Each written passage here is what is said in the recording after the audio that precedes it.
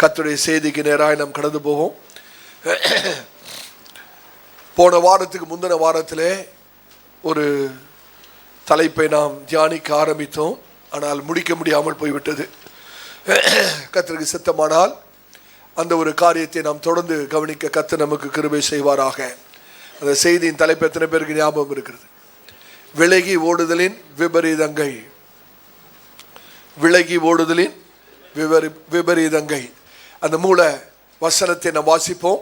ஏசாயா 52 அதிகாரம் 12வது வசனத்தை வாசியுங்கள்.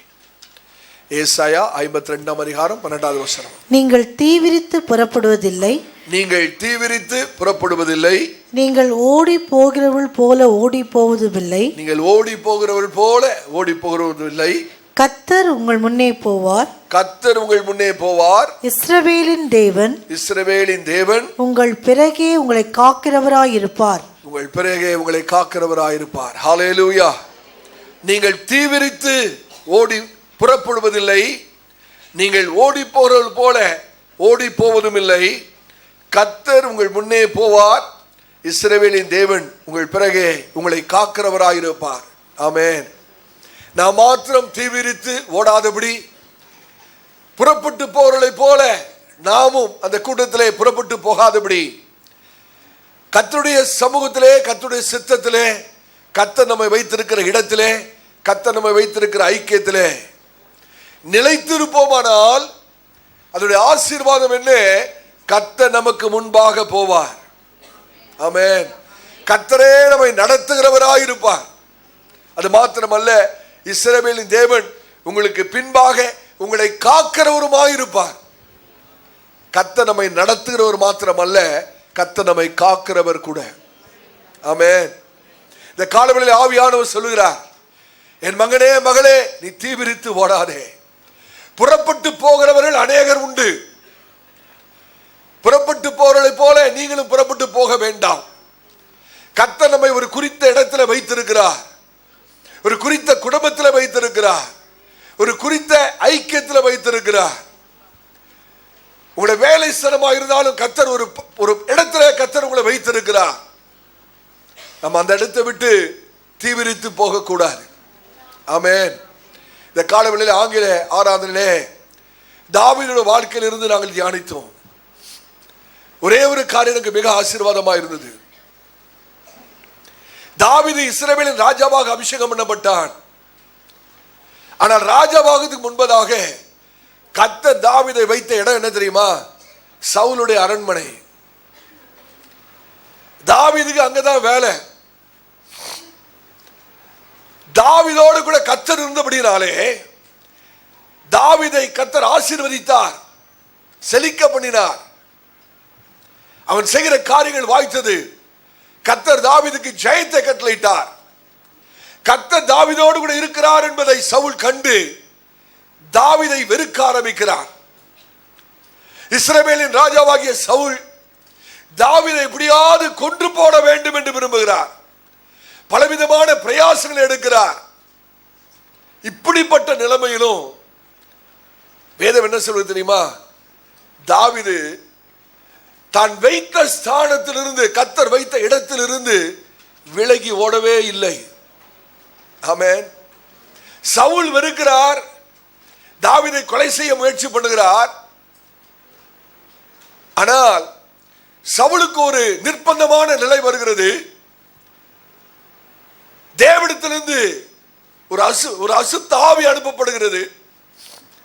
சவுல் அலக்களிக்கப்படுகிறார். அந்த நேரத்தில் எப்போதும் போல, முந்தி போலவே தாவீது சவுலுக்கு முன்பாக நின்று அந்த கிண்ணறத்தை வாசிக்கிறார். அந்த இடத்துல சவுலுக்கு விடுதலை கிடைக்கிறது. ஆமென்.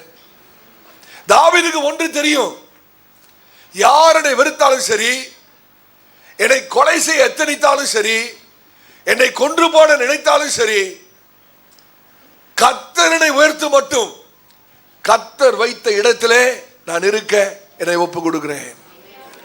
கர்த்தர் என்னை எங்க வைத்திருக்கிறாரோ, கர்த்தர் எந்த ஐக்கியத்தில் வைத்திருக்கிறாரோ, கர்த்தர் எந்த இடத்துல வைத்திருக்கிறாரோ, அந்த இடத்துல கர்த்தர் என்னை உயர்த்து மட்டுமாய் நான் உண்மையா இருப்பேன் என்று சொல்லி அதே இடத்துல அந்த பயங்கரமான பொல்லாத ராஜாவுக்கு பணிவிடை செய்து கொண்டிருக்கிறான். நான் சற்று யோசித்து பார்த்தேன், தாவீது இடத்துல நான் மாத்திரம் இருந்திருந்தா ஒரு பெரிய கும்பிடு போட்டுட்டு என்னுடைய ரெசிக்னேஷன் லெட்டர் ராஜினாமா கொடுத்துட்டு என் வேலையை வேற வேலையை பார்க்க போயிரும். ஆனா தாவீது அப்படி ஒரு நாளும் போகவில்லை. ஆமென். நீங்க அதே அதிகாரங்களை வீட்டில் போய் வாசித்து பாருங்க. 1 சாமுவேல் 18ஆம் அதிகாரத்தை வீட்டில் வாசித்து பாருங்க. பயங்கரமான சூழ்நிலை வருகிறது, உயிருக்கு எத்தனையோ விஷயம் ஆபத்து வருகிறது. ஆனாலும் அந்த ராஜா பயங்கரமான கொடூரமாய் தாவீதை நடத்துகிறான். ஆனாலும் தாவீது அங்கதான் நின்று அந்த ராஜாவுக்கு தான் பணிவிடை செய்கிறான். ஆமென். சில விசுவாசிகள் சொல்றதை கேட்டிருக்கிறேன். நான் வேலை செய்யற இடத்துல எங்களோட பாஸ் ரொம்ப எனக்கு பிரச்சனை பண்றாரு, எனக்கு ரொம்ப தொந்தரவு பண்றாரு, என்னை ரொம்ப கடுமையா நடத்துறாரு, நான் வேலையை மாத்திரலாம்னு நினைக்கிறேன்னு வாங்க. இல்லை இல்லை, கர்த்தர் வைத்த இடத்துல நிலைச்சு நிக்கணும். கர்த்தர் அப்பொழுது அதே இடத்துல கர்த்தர் நம்மை உயர்த்த வல்லவல்லவனாக இருக்கிறார். ஆமென். கர்த்தருடைய தீர்மானம் இல்லாமல் கர்த்தர் நம்மை ஒரு இடத்துல வைக்கிறவர் அல்ல. ஆமென். சில சமயத்தில் நம்ம நடக்கிறோம், நம்முடைய இடத்தை மாறிட்டா பிரச்சனை தீர்ந்துடும் நினைக்கிறோம். இல்லை, பிரச்சனையின் இடத்திலேயே வைத்து கர்த்தர் நம்மை ஆசீர்வதிக்க விரும்புகிறவர் அவர். ஆமென். யோசிச்சு பாருங்க, கானான் தேசத்திலே பெரிய பஞ்சம். தகப்பனை போலவே ஈசாக்கு நினைக்கிறார் எகிப்துக்கு ஓடி விடலாம் என்று. ஆனால் ஆண்டவர் சொல்றார், எகிப்துக்கு ஓடாதே, தீவிரித்து போகாதே, மற்றவர்கள் புறப்பட்டு போகிறது போல போகாதே, நான் உன்னை வைத்த தேசத்திலேயே இரு. ஈசாக்கு கர்த்தருடைய வார்த்தை கீழ்ப்படிந்து பஞ்சம் நிறைந்த அந்த தேசத்தில் இருந்த போது தேவன் அதே இடத்துல, பஞ்சம் உள்ள அதே இடத்துல ஈசாக்கை நூறத்தனையாய் கர்த்தர் ஆசீர்வதிக்கிறார். ஆமென். இஸ்ரவேல் ஜனங்கள் எகிப்தை விட்டு புறப்பட்டு வெளியே வருகிறார்கள். அவர்கள் மாராவுக்கு வருகிறார்கள். அந்த இடத்துல தண்ணீர் கசப்பா இருக்கிறது. இஸ்ரவேல் ஜனங்கள் எல்லாரும் முறுமுறுக்கிறார்கள். எங்களை இந்த வனாந்திரத்துக்கு கொன்று போடவா கொண்டு வந்தீர் என்று மோசே இடத்துல கேட்கிறார்கள். அவர்கள் எதிர்பார்த்தது என்ன தெரியுமா? இந்த இடம் எங்களுக்கு வேண்டாம், கசப்பா இருக்கு, ஒண்ணு நாங்க எகிப்துக்கா போயிடுறோம், அல்லனா எங்களை வேற இடத்துக்கு கொண்டு போ, இடத்தை மாற்று. ஆண்டவர் இடத்தை மாற்றல. எந்த இடத்துல மாறாவை அனுபவித்தார்களோ அதே மாறாவை கர்த்தர் மதுரமாய் மாற்றினார்.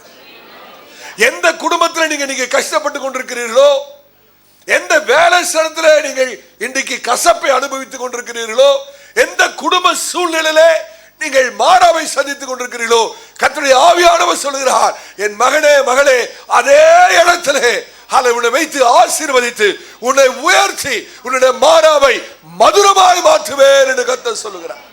எத்தனை பேர் விசுவாசிக்கிறோம்? கர்த்தருடைய பரிசுத்த நாமத்துக்கு மகிமை உண்டாவதாக. ஆமென்.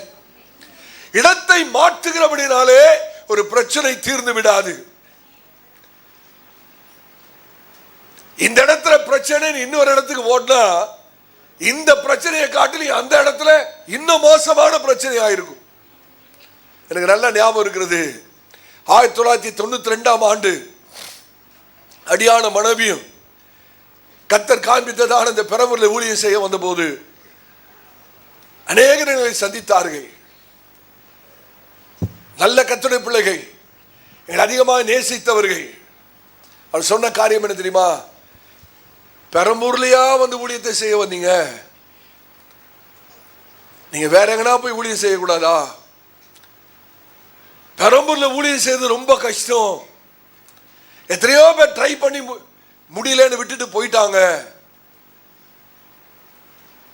ட்ரை பண்ணவங்களே சொன்னாங்க, நாங்க கூட முயற்சி பண்ணிட்டோம், எங்களால முடியல, நாங்க உங்களை அதிகமா நேசிக்கிறபடினால நாங்க சொல்றோம், வேற எங்கேயாவது போய் ஊழியம் செய்யுங்க. நான் அவரிடத்தில் சொன்ன ஒரே ஒரு காரியம், கர்த்தர் காண்பித்த இடம் இதுதானே, அது ஆசீர்வாதமோ ஆசீர்வாதம் இல்லையோ, அது லாபமோ நஷ்டமோ, ஜீவனோ மரணமோ கர்த்தர் காண்பித்த இடத்திலே நாங்கள் ஊழியம் செய்ய நாங்கள் தீர்மானித்திருக்கிறோம். கர்த்தர் எங்கள் ஊழியத்தை ஆசீர்வதித்தாலும் சரி, ஆசீர்வதிக்காவிட்டாலும் சரி, நாங்கள் இந்த இடத்திலேயே மரிப்போம் என்று சொன்னோம். ஹல்லேலூயா. கர்த்தர் ஒரு நாள் கைவிடவில்லையே. கர்த்தருடைய பரிசுத்த நாமத்துக்கு மகிமை உண்டாவதாக. ஆமென். ஒரு பிரச்சனை என்று சொல்லி இடத்தை மாற்றுகிற ஒரு அனுபவம் கிறிஸ்தவ அனுபவம் அல்ல. கர்த்தர் வைத்த இடத்துல இருக்கணும். இந்த காரியத்தை ரூத்தின் சரித்திரத்திலிருந்து நகோமி எலிமெலேக்குடைய வாழ்க்கையிலிருந்து நாம் தியானித்துக் கொண்டிருக்கிறோம்.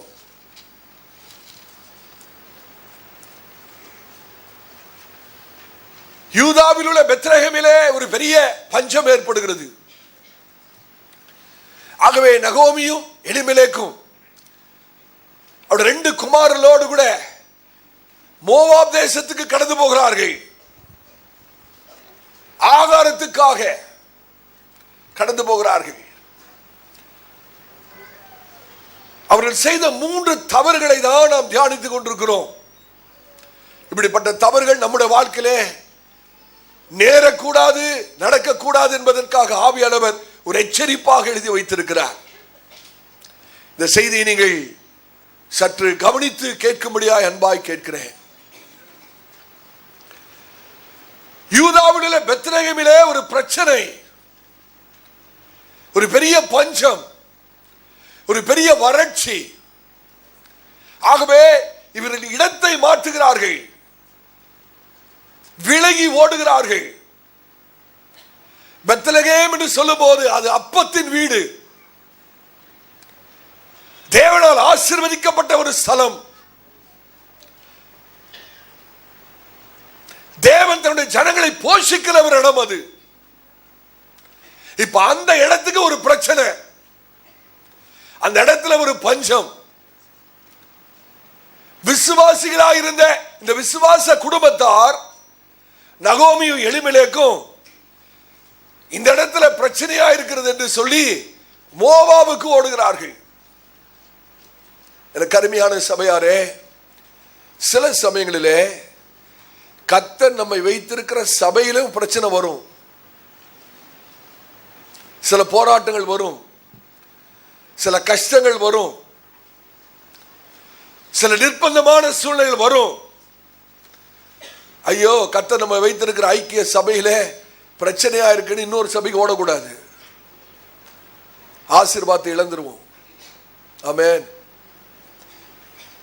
என்னுடைய ஆவிக்குரிய வாழ்க்கையிலே கடந்த 35 ஆண்டுகள் நான் கண்ட ஒரு பெரிய சத்தியம் என்னவென்றால், கர்த்தர் நம்மை வைத்திருக்கிறதான ஒரு ஐக்கியத்திலே, ஒரு சபையிலே எவ்வளவு பிரச்சனை வந்தாலும் சரி, எவ்வளவு போராட்டம் வந்தாலும் சரி, கர்த்தர் வைத்த இடத்திலே கடைசி வரையும் நான் நிற்பேன் என்று சொல்லுகிறவர்களை கர்த்தர் அதே இடத்திலே தூணாக மாற்றுகிறதை என்னுடைய கண்களால் நான் பார்த்திருக்கிறேன். ஆமென். அதுக்கு மாறாக, ஐயோ இங்க பிரச்சனையா இருக்கு, இந்த இடத்துல போராட்டமா இருக்கு, இந்த இடத்துல கஷ்டமா இருக்கு, காரை விடுறதுக்கு எனக்கு இடம் இல்லை, பைக் விடுறதுக்கு பார்க்கிங்க்கு இடம் கிடையாது, இங்க போனா எனக்கு உட்காரத்துக்கு கூட இடம் கிடைக்க மாட்டேங்குது, பிரச்சனையா இருக்குன்னு இன்னொரு இடத்துக்கு ஓடுவோமானால் எந்த இடத்திலும் தூணாக மாற முடியாது. அலசரிப்படுகிற கல்லாதான் இருக்கணும் கடைசி வரைக்கும். ஆமென். என்னோட சொந்த அனுபவத்திலிருந்து நான் பேசுகிறேன். ஹல்லேலூயா. நகோமியும் எலிமெலேக்கும் வாழ்க்கையிலே 3 பெரிய தவறுகளை செய்கிறார்கள். முதலாவது என்ன தவறு? அவிசுவாசம், அன்பிலீஃப். இரண்டாவது வஞ்சனை, டிசப்ஷன். மூன்றாவது கசப்பு, பிட்டர்னஸ். இந்த 3 காரியம் நம்முடைய வாழ்க்கையில ஒரு நாள் சம்பவிக்க கூடாது. அவர்கள் அந்த பஞ்சத்தை பார்த்து மோவாவுக்கு ஓடி போன காரணம் என்ன தெரியுமா? இந்த பஞ்சம் நிறைந்த இந்த தேசத்திலே நாங்கள் இருப்போமானால் நாங்கள் செத்து போவோம், மரித்து போவோம், எங்களுக்கு ஆகாரம் கிடைக்காது அப்படின்னு சொல்லிதான் மோவாவுக்கு ஓடினார்கள். அப்படி என்றால் அந்த சூழ்நிலையிலே தேவனங்களை போஷிப்பார் என்ற ஒரு விசுவாசம் இல்லை. தேவனங்களை பராமரிப்பார், எங்களை தேவனை சந்திப்பார், எங்களை சுற்றிலும் பஞ்சம் இருந்தாலும் கர்த்தர் எங்களை ஒருபோதும் கைவிட மாட்டார். சிங்கக்குட்டிகள் தாழ்ச்சியடைந்து பட்டினியாயிருக்கும், கர்த்தரை தேடுவதற்கோ ஒரு நன்மையும் குறைபடாது என்ற ஒரு விசுவாசம் இல்லாதபடினாலே அவர்கள் யூதேயாவில் உள்ள அந்த பெத்லகேமை விட்டு மோவாபுக்கு ஓடுகிறார்கள். எனக்கு அருமையானவர்களே, இந்த வேளையிலே கர்த்தர் நம்முடைய விசுவாசத்தை குறித்து நம்ம எச்சரிக்கிறார். உங்களுடைய விசுவாசம் பரீட்சிக்கப்படுகிற அநேக காரியங்களுடைய வாழ்க்கையில வரும். நான் தாழ்மையாக விசுவாசிக்கிறேன். நாம் கடைசி நாட்களில் வாழ்ந்து கொண்டிருக்கிறோம். ஆண்டவராகிய இயேசுவின் வருகைக்காய் காத்துக் கொண்டிருக்கிறோம். இந்த நாட்கள் என்ன நாட்கள் என்றால் விசுவாசத்தின் பரீட்சையின் நாட்கள். ஆமென். விசுவாச பரீட்சையின் நாட்கள். குறிப்பாக சொல்ல வேண்டுமானால், நீங்க ஒருவேளை சொல்லுவீங்க, நான் அநேக சில காரியங்களுக்காக ஜெபிக்கிறேன், பதிலே வரல. அது ஒருவேளை விசுவாச பரீட்சையா இருக்கலாம். ஒருவேளை இக்கட்டான சூழ்நிலை இருக்கிறீர்கள், ஆண்டவரே இதுல இருந்து எங்களை விடுதலையாக்கும் என்று ஜெபிக்கலாம். ஆனா இன்னும் விடுதலை வரல, விசுவாச பரீட்சையா இருக்கலாம். இட பிரச்சனை இன்னும் தீரலையே, இட சூழ்நிலை மாறலையே, இட போராட்டத்தில் இன்னும் விடுதலை இல்லையே என்று நினைக்கிற ஒரு நிலைமையாக இருக்கலாம். அது விசுவாச பரீட்சையா இருக்கலாம். ஆமென். பரீட்சிக்கப்படாதது விசுவாசம் அல்ல. விசுவாசம் என்றாலே பரீட்சிக்கப்பட வேண்டும், சோதிக்கப்பட வேண்டும். எவ்வளவு விசுவாச பரீட்சிக்கப்பட்டு சோதிக்கப்படுகிறதோ அவ்வளவு விசுவாசம் சிறப்படுகிறது. கர்த்தருடைய பரிசுத்த நாமத்துக்கு மகிமை உண்டாவதாக. அவிசுவாசம் அவர்களில் எப்படி வெளிப்பட்டது? 3 குறிப்புகளை சொன்னேன். முதலாவது, அவர்கள் தரிசித்து நடந்தார்களே ஒழிய விசுவாசித்து நடக்கவில்லை. அவருடைய அவிசுவாசம் எப்படி வெளிப்பட்டது? அவர்கள் விசுவாசித்து நடவாமை தரிசித்து நடந்தார்கள். வேதம் என்ன சொல்கிறது? தரிசித்து அல்ல, விசுவாசித்து நடவுங்கள். ஒரு சூழ்நிலை பயங்கரமாக இருக்கும் போது நான் பார்க்கிறவர்களை வைத்து தீர்மானிக்க கூடாது. நாம் உணர்கிற காரியங்களை வைத்து ஒரு தீர்மானத்தை எடுக்கிறது பெரிய தவறு. நம்முடைய தீர்மானம் எதை சார்ந்து இருக்க வேண்டுமானால், நாம் கர்த்தர் மேல் வைத்திருக்கிற விசுவாசத்தை சார்ந்துதான் நம்முடைய தீர்மானம் இருக்க வேண்டும். ஆமென். ஆனால் இவருடைய தீர்மானம் விசுவாசத்தின் பேரில் அல்ல, அவர்கள் தங்களுடைய சொந்த கண்களாலே கண்டவைகளை வைத்து தீர்மானத்தை எடுக்கிறார்கள். அப்படி உலகத்தார் எடுக்கலாம், ஆனால் அவர் கர்த்தருடைய பிள்ளை எடுக்கக்கூடாது. கர்த்தருக்கு ஊழியர்கள் எடுக்கக்கூடாது. அருமையானவர்களே, சுற்றி பார்க்கும் போது உங்களை சுற்றிலும் சத்துருக்கள் இருக்கலாம், உங்களை சுற்றிலும் பிரச்சனைகள் இருக்கலாம், உங்களை சுற்றிலும் போராட்டங்கள் இருக்கலாம். ஆனா நம்ம இங்கு சுற்றி பார்க்கிறவர்கள் அல்ல, நம்முடைய கண்களை மேலோக்கி நம்மை படைத்த, நம்மை அழைத்த, நம்மை ரட்சித்த, நம்மை மீட்ட, இன்றைக்கு வரைக்கும் ஜீவனோடு வைத்திருக்கிற நம்முடைய கர்த்தரையே நம்முடைய கண்கள் நோக்கி கொண்டிருக்கிறது. ஆமென். இங்கு சுற்றி பார்த்தா சுற்றி திரிந்துட்டு இருக்க வேண்டியதுதான். அன்னைக்கு நகோமி எலிமெலேக்கு சுற்றி திரிந்தது காரணம் அங்கு இங்கேயும் சுற்றி பார்த்ததுதான். ஆமென். நாம் அங்கேயும் இங்கேயும் பார்க்க வேண்டிய அவசியம் இல்லை. இந்த மனுஷனையும் அந்த மனுஷனையும் பார்க்க வேண்டிய அவசியம் இல்லை. இந்த ஊழியக்காரர் அந்த ஊழியக்காரை பார்க்க வேண்டிய அவசியம் இல்லை. நம்முடைய கண்களை நம்முடைய ஆண்டவர் மீது விசுவாசத்தை துவக்கினவரும் முடிக்கிறவருமாய் இருக்கிற நம்முடைய கர்த்தர் மேல் நம்முடைய கண்களை வைக்க அழைக்கப்பட்டிருக்கிறோம். ஹல்லேலூயா. கர்த்தருடைய பரிசுத்த நாமத்துக்கு ஸ்தோத்திரம். ஆகவே ஒரு இக்கட்டான சூழ்நிலை வருகிற வேளையிலே நீங்கள் தரிசித்து நடவாதீர்கள், விசுவாசித்து நடவுங்கள். ஆமென். நம்முடைய கண்களே சில சமயத்தில் நம்மளை ஏமாத்திரும். அதனாலதான் ஆவியானவர் தரிசித்து நடக்க கூடாதுன்னு எழுதி வைத்திருக்கிறார். நம்முடைய கண்களே நம்மளை ஏமாத்திரும். எப்படி சொல்றேன்றா, இப்போ லோத்து தன்னுடைய கண்களை ஏறெடுத்து பார்க்கிறார். அந்த சமபூமி எப்படி இருந்ததா? ஏதேன் தோட்டம் தேவனுடைய தோட்டத்தை போல இருக்கிறது. தேவனுடைய தோட்டத்தை போல மாத்திரமா, எகிப்த போலவும் இருக்கிறது. தேவனுடைய தோட்டத்தை போல ஒரு பக்கமா தெரியுது, இன்னொரு பக்கத்தில் எப்படி தெரியுது? எகிப்த போலவும் தெரியுது. இவர் நினைக்கிறாரு, பார்க்க என்ன செழிப்பா இருக்குப்பா, பார்க்க என்ன ஆசீர்வாதமா இருக்கு, அங்க போய் நம்முடைய கூடாரத்தை போடுவோம். கண்களின் காட்சி ஏமாற்றி விடும். ஆமென். நடந்த சம்பவம் எல்லாருக்கும் தெரியும். லோத் அங்க போய் கூடாரம் போடுகிறார். ஒரு நாள் வந்தது, எல்லாவற்றையும் இழந்தவராக, சொந்த மனைவியை கூட இழந்தவராக அவர் ஓட வேண்டிய ஒரு சூழ்நிலை வருகிறது. அந்த இடத்தை விட்டு ஓட வேண்டிய ஒரு சூழ்நிலை வருகிறது. இந்த கருமையானவர்களே, கண்டு நடக்கிறவர்கள் அல்ல, தரிசித்து நடக்கிறவர்கள் அல்ல, நாம் விசுவாசித்து நடக்கிறவர்கள். எப்பேற்பட்ட சூழ்நிலை ஆனாலும் நம்ம சொல்லணும், ஆண்டவரே என்னுடைய கண்கள் உண்மையில் பதிந்திருக்கிறது, நான் உண்மையே நம்பிக்கொண்டிருப்பேன் ஆண்டவரே, உண்மையே சார்ந்து கொண்டிருப்பேன் ஆண்டவரே, உண்மையில நான் விசுவாசத்தோடு இருப்பேன் ஆண்டவரே, விசுவாசத்திலே நான் தளறி போக மாட்டேன், உண்மையே நம்பி இந்த ஓட்டத்தை நான் முடிக்க விரும்புகிறேன். அப்போஸ்தலனாகிய பவுலை குறித்து எழுதப்பட்டது, நல்ல போராட்டத்தை போராடினேன், ஓட்டத்தை முடித்தேன், விசுவாசத்தை காத்து கொண்டேன். விசுவாசத்தை காத்து கொடுக்கிற பொறுப்பு இருக்கு. உங்களுடைய விசுவாசத்தை என்றைக்கு திருடலான்னு பிசாசு வகை தேடிக்கொண்டே இருக்கிறான். பிசாசுக்கு நல்லா தெரியும் விசுவாசம் ரொம்ப விலையேறப்பட்டது என்று. விசுவாசம் பொன்னை போன்றது, விசுவாசம் விலை மதிப்புடையது, பிசாசுக்கு நல்லாவே தெரியும்.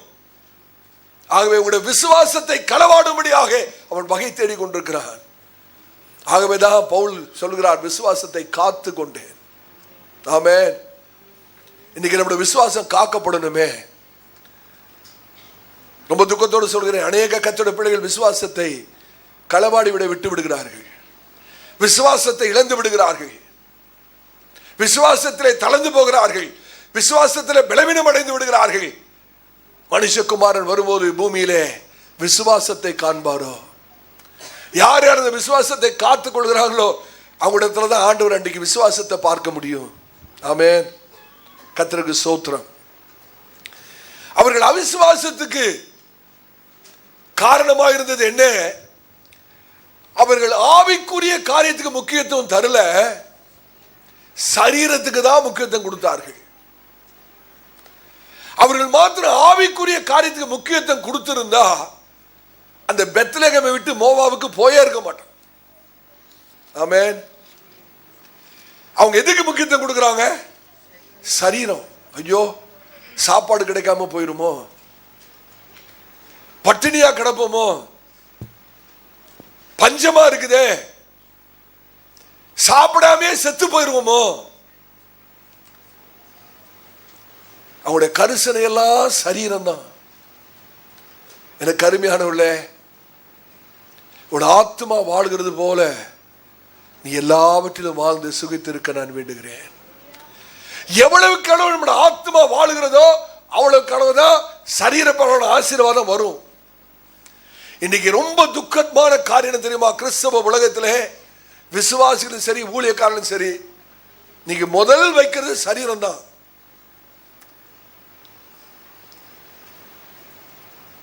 நல்ல சுகம், நல்ல வசதி, சௌரியம் தவறில்லை. கர்த்தர் கொடுக்கிற ஆசீர்வாதங்களை அனுபவிக்கிறது தப்பு கிடையாது.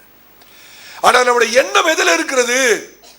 நம்முடைய நோக்கம் எதில் இருக்கிறது? நம்முடைய கரிசனை எதில் இருக்கிறது? சரீரத்தில் இருக்கிறதா? ஆவிக்குரிய விஷயங்களில் காரியங்களில் இருக்கிறதா? ஆமென். நீங்கள் கிறிஸ்துவோடு கூட உயிர் தெழுந்தது உண்டானால், கிறிஸ்துவோடு கூட வலது வருஷத்தில் நீங்கள் வீட்டில் இருக்கிறது உண்மையானால், நீங்கள் மேலானவைகளை நாடி இருங்கள் என்று வேதம் சொல்லும். பூலோக காரியங்கள் அல்ல, உலகத்துக்குரிய காரியங்களின் மேலே உங்களுடைய நேசத்தையும் பாசத்தையும் அல்ல, மேலான காரியங்களை நாடுங்கள் என்று பரிசுத்த வேதம் சொல்கிறது. ஆமென். ஆண்டவர் அதை ரொம்ப அழகா சொல்லிட்டார். முதலாவது தேவனுடைய ராஜ்யத்தின் நீதியின் தேடுங்கள், ஆவிக்குரிய காரியங்களை தேடுங்கள், அப்பொழுது இவங்களெல்லாம் உங்களுக்கு கூட கொடுக்கப்படும். உலகப்புற ஆசீர்வாதம் தானா வரும். எனக்கு ஒரு சம்பவத்தை மறக்கவே முடியாது. 1992ஆம் ஆண்டு இந்த மத்திய அரசாங்க வேலையை நான் ராஜினாமா செய்த வேளையிலே என்னுடைய டைரக்டர் ஜெனரல் என்னை பார்த்து கடைசியா சொன்ன வார்த்தை, நான் சொல்ற பேச்சு கேட்காம நீ வேலையை ரிசைன் பண்ணுகிற, நீ போய் பிச்சை தான் எடுப்ப அப்படின்னாரு. சென்ட்ரல் கவர்மெண்ட் விட்டு வெளியே வரும்போது ஒரு நல்ல வார்த்தையை நான் பெற்றேன், ஒரு ஆசீர்வாதமான வார்த்தை, நீ போய் பிச்சை எடுப்ப. கர்த்தர் பிச்சை எடுக்க விடல பிரதர். ஹல்லேலூயா. கர்த்தர் இந்த கரத்தை ஆசீர்வதித்திருக்கிறார், மற்றவர்களுக்கு ஆசீர்வாதமா இருக்கும்படியாய் செய்திருக்கிறார். ஒழிய இந்த இத்தனை ஆண்டுகளிலே ஒரு விசை கூட எந்த ஒரு மனுஷனிடத்திலே கையேந்தும்படியாய் கர்த்தர் ஒரு நாள் விட்டதில்லை. நான் எதற்காய் சொல்கிறேன் என்றால் அது தேவனுடைய உண்மையை காண்பிக்கிறது. ஹல்லேலூயா. கர்த்தருடைய பரிசுத்த நாமத்துக்கு மகிமை. சரீரம் முக்கியம் அல்ல. ஆமென். எவ்வளவுக்கு எவ்வளவு புறம்பான மனுஷன் அழிகிறானோ அவ்வளவுக்கு அவ்வளவு உள்ளான மனுஷன் பலனடைந்து வளருவான். இன்னைக்கு உபவாசம் எடுக்கிறோம். எதற்கு உபவாசம் எடுக்கிறோம்? எத்தனை பேர் எடுக்கிறீங்களோ தெரியாது. கர்த்தருடைய பிள்ளைகள் கண்டிப்பா உபவாசிக்கணும். வாரத்தில் ஒரு நாளாக உபவாசம் பண்ணணும். அந்த உபவாசத்தின் நோக்கம் என்ன தெரியுமா? புறமான மனுஷன் அழியும்படியாக, உள்ளான மனுஷன் புதுப்பிக்கும்படியாக. ஆமென். எவ்வளவு அளவு சரீரம், இந்த மாமிசம், இந்த புறமான மனுஷன் அழிகிறானோ அவ்வளவு அளவு உள்ளான மனுஷன் புதுப்பிக்கப்படுகிறான். கர்த்தருடைய பரிசுத்த நாமத்துக்கு ஸ்தோத்திரம். அப்ப எதுக்கு முக்கியத்துவம்னா சரீரத்துக்கு அல்ல, நம்முடைய ஆவிக்குரிய வாழ்க்கைக்கு. தயவாய் அன்பாய் தாழ்மையாய் சொல்கிறேன், கர்த்தர் உங்களை ஆசீர்வதிக்க வேண்டுமானால் நீங்கள் சரீரபரமான காரியத்துக்கு அல்ல, உங்களுடைய ஆவிக்குரிய காரியத்துக்கு நீ முக்கியத்துவம் கொடுங்க. உங்க நேரத்தை செலவு பண்ணுங்க. ஹல்லேலூயா. கர்த்தர் உங்களை ஆசீர்வதிக்கிற விதம் வித்தியாசமா இருக்கும். உங்களுடைய வாழ்க்கையில் எந்த குறை வராது. ஹல்லேலூயா. எத்தனை பேர் விசுவாசிக்கிறோம்? அன்றைக்கு எலிமெலேக்கும் நகோமியும் சரீரம் முக்கியம் அல்ல, ஆவிக்குரிய காரியம் தான் எங்களுக்கு முக்கியம், பெத்லகேம் தான் எங்களுக்கு முக்கியம், கர்த்தருடைய அப்பத்தின் வீடு தான் எங்களுக்கு முக்கியம், கர்த்தருடைய ஜனங்களோடு கூட ஐக்கியம் தான் எங்களுக்கு முக்கியம், கர்த்தருடைய நகரம், கர்த்தருடைய தேசம் தான் எங்களுக்கு முக்கியம் என்று நினைத்திருப்பாள் என்றால் அவர்கள் ஒரு நாள் மோவாவுக்கு போயிருக்க மாட்டார்கள். ஆமென். எனக்கு அருமையானவர்களே, இன்னைக்கு கூட சிலர் நம்முடைய சபையில் மாத்திரமல்ல, எல்லா சபையில் நடக்கிற காரியங்கள் தான். சில சபையை விட்டு போகிறார்கள். அதுக்கு காரணம் ரொம்ப ஆழமா நீங்க யோசிச்சு பார்த்தீங்கன்னா, அவர்கள் ஆவிக்குரிய காரியத்தை காட்டிலும் சரீர பிரகாரமுக்கு முக்கியம் கொடுக்கறதுனால தான் ஐக்கியத்தை விட்டு போகிறதுக்கு முக்கியமான காரணமா இருக்கிறது. ஆமென். இன்னைக்கு பிசாசு என்ன தெரியுமா சொல்லுவான்? என்னதாலும் உலகத்துல தானப்பா இருக்கிற, நீ வாழணுமே, நீ ஜீவிக்கணுமே. பிசாசு சொல்ற பெரிய ஒரு பொய். அதனாலதான் ஆண்டவர் சொன்னாரு, மனுஷன் அப்பத்தினால் மாத்திரம் அல்ல, தேவனுடைய வாயிலிருந்து புறப்படுகிற ஒவ்வொரு வார்த்தையினாலும் பிழைப்பான். நீங்க நம்ம நினைச்சுக்கிறோம் நம்ம சாப்பிடுற சாப்பாட்டுல தான் உயிரோடு இருக்கிறோம் நினைச்சுக்கிறோம். இல்லை இல்லை, அப்படி யாராவது நினைச்சா நம்முடைய சாப்பாடே நம்மளுக்கு நஞ்சாய் மாற வாய்ப்பு உண்டு. ஃபுட் பாய்சன் கேட்டிருக்கீங்களா? நல்லா போய் சாப்பிடுவாங்க, ருசியா இருக்குன்னு நிறைய பேர் சாப்பிடுவாங்க, அது என்ன ஆயிரும்? பாய்சனா ஆயிரும். சாப்பாடு முக்கியம் அல்ல, கர்த்தருடைய வார்த்தை நமக்கு முக்கியம். யோபு பரிசுத்தவான் அழகாய் சொல்கிறார், என்னுடைய அனுதின ஆகாரத்தை பார்க்கிலும் உம்முடைய வார்த்தையை நான் மேலா எண்ணுகிறேன். என்னுடைய அனுதின ஆகாரத்தை பார்க்கிலும் உம்முடைய வார்த்தை எனக்கு முக்கியம். ஹால எத்தனை பேர் சொல்ல முடியும்? ஆண்டவரே, காலையில் ஆகாரம் சாப்பிடலனா கூட பரவாயில்ல, நம்முடைய வேதத்தை தியானித்து வாசிக்கணும். ஹல்லேலூயா. இப்படிப்பட்டவர்களை கர்த்தர் ஆசீர்வதிக்காமல் இருக்கவே முடியாது என்று சொல்கிறேன். கர்த்தருடைய பரிசுத்த நாமத்துக்கு ஸ்தோத்திரம்.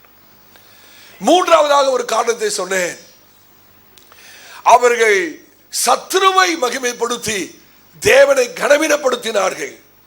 அவருடைய அவிசுவாசம் எப்படி வெளிப்பட்டதுன்னா, சத்துருவை கனப்படுத்தி தேவனை கனவீனப்படுத்துகிறார்கள். எப்படி? எங்களுக்கு பெத்லகேம் வேண்டாம், தேவனுடைய நகரம் வேண்டாம், அப்பத்தின் நகரம் வேண்டாம், தேவனுடைய ஜனங்களுடைய ஐக்கியம் வேண்டாம், எங்களுக்கு சத்துருக்குடைய தேசத்திலே எங்களுக்கு ஆகாரம் இருக்கிறது. மோவாப் தேவனுக்கு விரோதமான தேசம். எனக்கு அருமையானவர்களே, யூதர்களுக்கு பெரிய விரோதி மோவாபியர் தான். இஸ்ரவேல் ஜனங்களுக்கு பெரிய தடையா இருந்தது மோவாபியர் தான். வேதம் சொல்லுது, மோவாபியர் கர்த்தருடைய பாத பாத்திரம், வாஷ் பாட். கர்த்தருக்கு விரோதமாக இருந்த ஜனம். கடந்த வாரத்திலே நான் உங்களுக்கு சொன்னேன், மோவாபியர் பெருமை உள்ளவர்கள், அகங்காரிகள், மேட்டிமை உடையவர்கள், கர்த்தருக்கு பகஞ்சராக இருந்தவர்கள். நகோமி எளிமிலேக்கும் பெத்லகேம் வேண்டாம் என்று மோவாபுக்கு ஓடுகிறது. எதை காண்பிக்கிறது என்றால், தேவனை கனவீனப்படுத்துகிறதை காண்பிக்கிறது, சத்துருவை மகிமைப்படுத்துகிறதை காண்பிக்கிறது. எனக்கு அருமையானவர்களே, அருமையான விசுவாசிகளை ஆவியானவங்களோடு கூட பேசுகிறார். தயவு செய்து கவனியுங்கள். ஒரு பண பிரச்சனை வரும்போது ஒரு கர்த்தருடைய பிள்ளை ஒரு நாளும் மனுஷனை தேடி போய் கடன் வாங்க கூடாது. எத்தனை பேர் ஆமென் சொல்ல முடியும்? விசுவாசி செய்யற காரியம் தெரியுமா? ஒரு பிராண பிரச்சனை வந்தோடனே ஆண்டவர்கிட்ட ஜெபிப்பாங்க. ஆண்டவரே, எனக்கு பணம் தேவைப்படுது, எனக்கு அவசரமா ஒரு பண தேவை இருக்கிறது, ஆண்டவரே சந்திங்க ஆண்டவரே. இப்படி ஜெபிக்கும் போதே மனசுல இன்னொரு வேறு சிந்தனை, ஆண்டவர் கொடுக்கலனா அந்த பிரதர்கிட்ட பார்க்கலாமா, இந்த சகோதரிட்ட போய் கேட்கலாமா, இதை அடகு வைக்கலாமா. இந்த சிந்தனை எப்ப வருது? ஜெபிக்கும் போதே. ஜெபிக்கும் போதே. இந்த ஜெபத்துல என்ன விசுவாசம் இருக்கு? இந்த ஜெபத்தை கர்த்தர் எப்படி கேட்பாருன்னு கேட்கிறேன். விசுவாசம் இல்லாமல் தேவனை எப்படி பிரியப்படுத்த முடியும்? அப்படிப்பட்ட ஜெபம் பிரயோஜனமே இல்லை. அப்படிப்பட்ட ஜெபத்துக்கு ஆண்டவர் பதில் தர மாட்டார். நம்ம எப்படி ஜெபிக்கணும்? ஆண்டவரே, ஒரு தேவை இருக்கிறது, இதை நீர் தான் சந்திக்கணும், இதை நீர் சந்திக்காவிட்டாலும் நான் உம்மை தவிர வேற யாரிடத்திலும் போக மாட்டேன், செத்தாலும் சாவேன ஒழிய கடன் வாங்க மாட்டேன் என்று தீர்மானம் பண்ணி பாருங்க. கர்த்தர் தேவனை சந்திக்கிறாரா இல்லையான்னு பாருங்க. ஆமென். கொஞ்சம் சவுலை யோசித்து பாருங்க. தேவனை சவுல் துக்கப்படுத்தி விட்டார். தேவனை உள்ள வருத்தப்பட்டிருக்கிறது. இப்பொழுது சவுலுக்கு விரோதமாய் சத்துருக்கள் வருகிறார்கள்.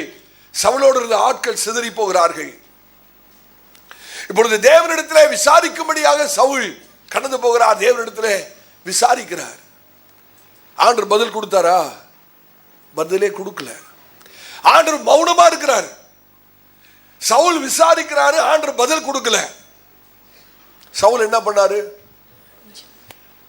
அஞ்சனம் பார்க்கிற ஸ்திரியை தேடிட்டு போறார். அப்ப யோசிச்சு பாருங்க, சவுலுக்கு ஜெபிக்கும் போதே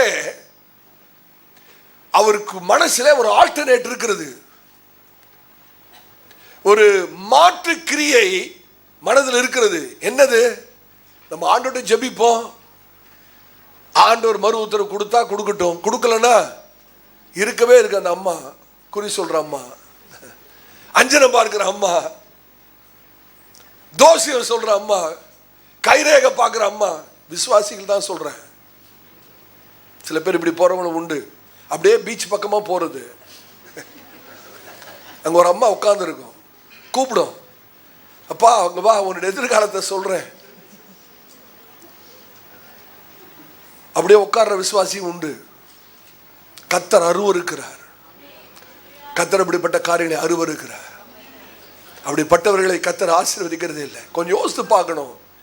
இந்த அம்மா எதிர்காலத்தை சொல்லணும்னா அந்த அந்த அம்மாவுக்கு தன்னுடைய எதிர்காலமே தெரியாம தான் அங்க பீச்சில் உட்கார்ந்து இருக்குது. அதுகிட்ட போய் எதிர்காலம் பார்க்கறது என்ன முட்டாள்தனம். அந்த அம்மாவுக்கு எதிர்காலம் தெரிஞ்சா அந்த அம்மா அங்க உட்கார்ந்து இருக்குமா ஐயா? அந்த அம்மாக்கே ஒன்றும் தெரியாம தானே அங்க உட்கார்ந்து இருக்குது. அதுகிட்ட போய் கையை நீட்டி எதிர்காலம் சொல்லணும்னா என்ன சொல்லும்?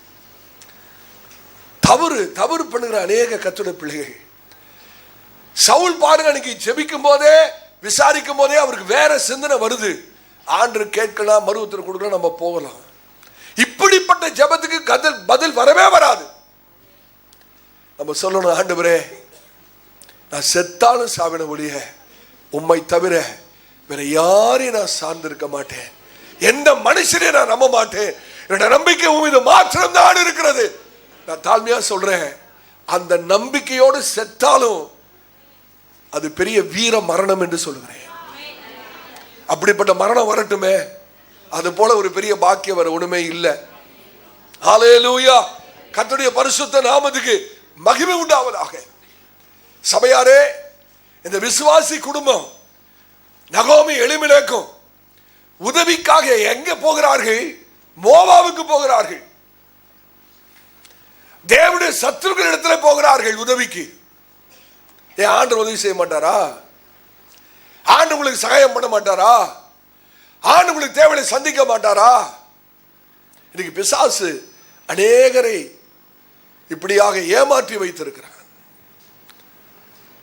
விசுவாசத்தை களவாடி ஆண்டவரிடத்திலிருந்து சகாயம் பெறுவதை தவிர்த்து இன்னைக்கு அநேக கர்த்தருடைய பிள்ளைகளை மற்ற இடத்துக்கு சகாயம் பெறும்படி அனுப்பி கொண்டிருக்கிறார். கர்த்தர் யாரோடு பேசுகிறாரு தெரியாது, ஆனால் ஆவியானவர் பேசிக் கொண்டிருக்கிறார். இஸ்ரவேலுடைய சரித்திரத்தை நாம் சற்று ஆராய்ந்து பார்ப்போமானால், ஒரு காலகட்டத்திலே இஸ்ரவேலர்கள் மத்தியிலே கொள்ளர்கள் இல்லை. பெலிஸ்தர்கள் என்ன பண்ணான்னு கேட்டீங்கன்னா, இஸ்ரவேல் மத்தியில் இருந்த எல்லா கொள்ளர்களையும், கொள்ளர்கள் தட்டான்னு சொல்லலாமா, அதாவது சில்வர் ஸ்மித் பொற்கொள்ளர்களா, அவர்கள் எல்லாரையும் பிடித்து கொண்டு போய் விட்டார்கள். அந்த பகுதியை கொஞ்சம் வாசிங்களேன். 1 சாமுவேல் 13ஆம் அதிகாரம் நினைக்கிறேன். 1 சாமுவேல் 13ஆம் அதிகாரம் 19வது வசனத்தை வாசிங்க. எபிரேயர் பட்டயங்களை ஆகிலும் ஈட்டிகளை ஆகிலும் உண்டு பண்ணாதபடிக்கு பார்த்து கொள்ள வேண்டும் என்று. நல்ல கவனிச்சிங்களா? மறுபடியும் வாசிங்க 13வது வசனத்தை. 1 சாமுவேல் 13ஆம் அதிகாரம் 19வது வசனம். எபிரேயர் பட்டயங்களை ஆகிலும் ஈட்டிகளை ஆகிலும் உண்டு பண்ணாதபடிக்கு பார்த்து கொள்ள வேண்டும் என்று பெலிஸ்தர் சொல்லியிருந்தபடியால் இஸ்ரவேல் தேசத்தில் எங்கும் ஒரு கொல்லன் அகப்படவில்லை.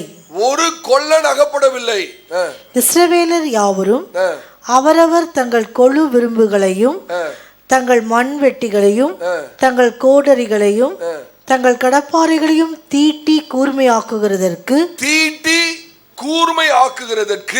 பெலிஸ்தரிடத்துக்கு போக வேண்டியதா இருந்தது. யோசித்து பாத்தீங்களா?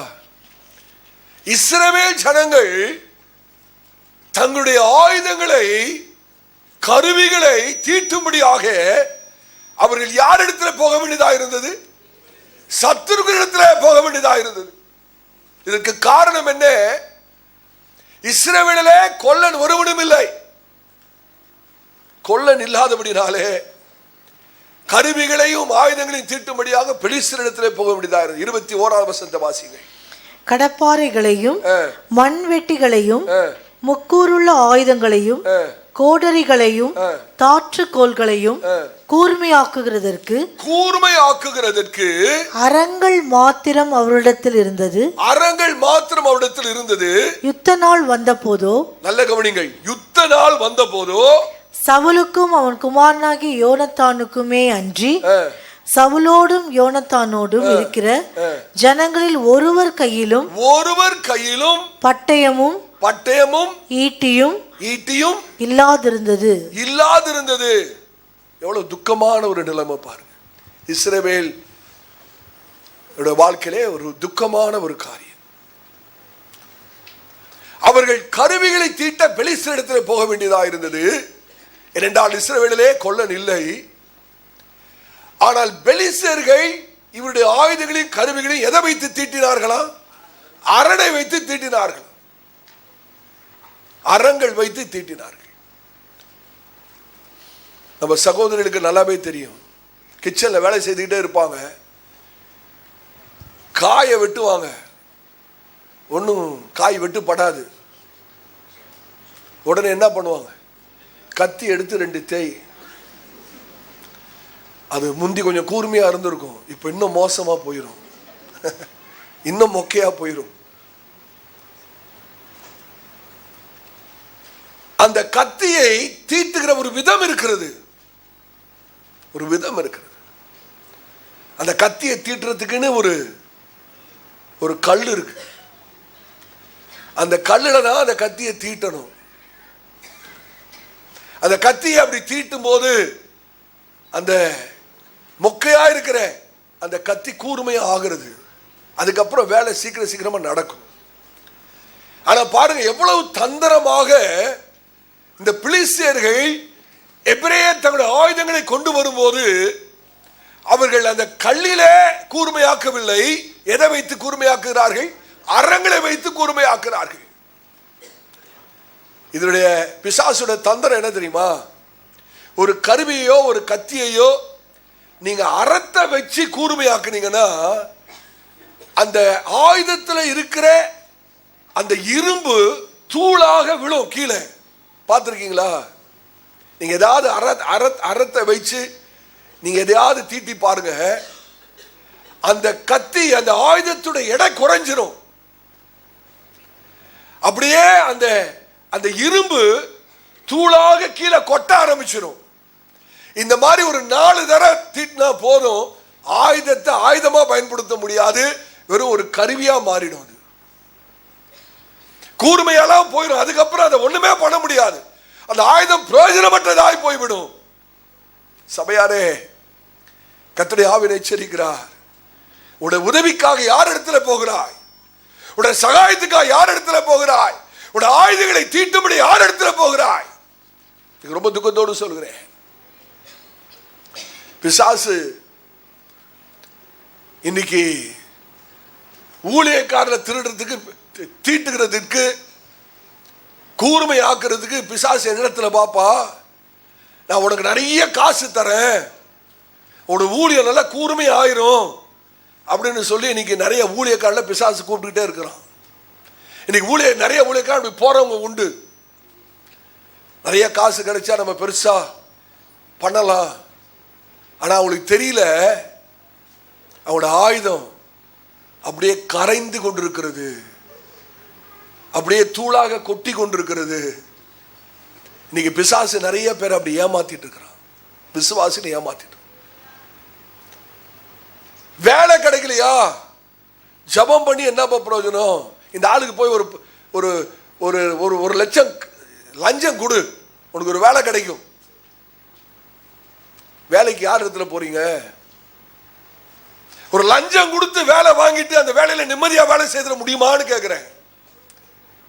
கர்த்தர் ஒரு மனுஷனை ஆசீர்வதித்தால் அதனோட கூட வேதனையை கூட்ட மாட்டார். ஒரு லஞ்சம் கொடுத்து வாங்கின வேலையில வேதனை தான் இருக்கும். என் மேல கோபப்படாதீர்கள், நான் சத்தியத்தை பேசுகிறேன். ஆமென். எனக்கு தெரியும், நம்முடைய சபையில ஒரு அருமையான சகோதரன் ரொம்ப கஷ்டப்பட்டார். ஒரு வியாபாரம் பண்ணாரு, அதுல அவரால் முன்னுக்கு வர முடியல. ஒரு ஸ்டேட் கவர்மெண்ட் வேலைக்காக ஒரு இடத்துல ஒருத்தர் போய் காசை கொடுத்தாரு, 1 லட்சம் கொடுத்தாரு. கொடுத்துட்டு வந்து என்கிட்ட சொன்னாரு, பாஸ்டர் கொஞ்சம் பண்ணுங்க பாஸ்டர். எதுக்கு பிரதர்? வேலை கிடைக்கணும் பாஸ்டர். சரி, வேலை கிடைக்கிறதுக்கு நான் ஜெபம் பண்றேன்.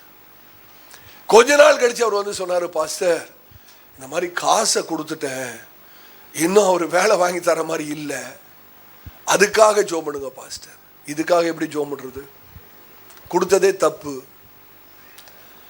நான் அந்த சொன்ன பிரதர், நீங்க செய்தது தவறு, வேலையே வேண்டாம், அப்படிப்பட்ட வேலையே வேண்டாம், நீங்க போய் அந்த காசை திரும்ப கேளுங்க. காசு திரும்பி கிடைக்க நான் ஜெபிப்பேன் ஒழிய அந்த காசை கொடுத்ததால வேலை கிடைக்க நான் ஜெபிக்க மாட்டேன். கர்த்தருக்கு ஸ்தோத்திரம். அந்த சகோதரன் அப்படியே கீழ்ப்படிந்து அதை கொடுத்த இடத்துல, ஐயா நீங்க காசை திரும்பி கொடுத்துருங்க, வேலை வேண்டான்னு சொல்றேன். கர்த்தருடைய பெரிதான கிருபையில வாங்கணும், யாராவது திருப்பி கொடுப்பாங்களா? அவர் கொடுத்துட்டாரு.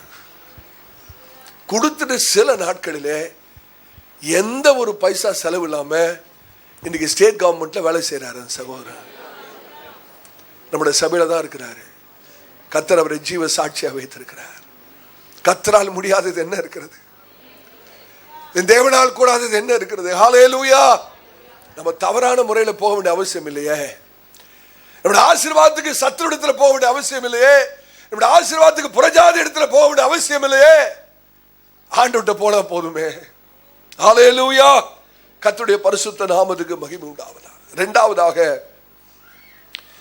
வஞ்சனை, டிசப்ஷன்.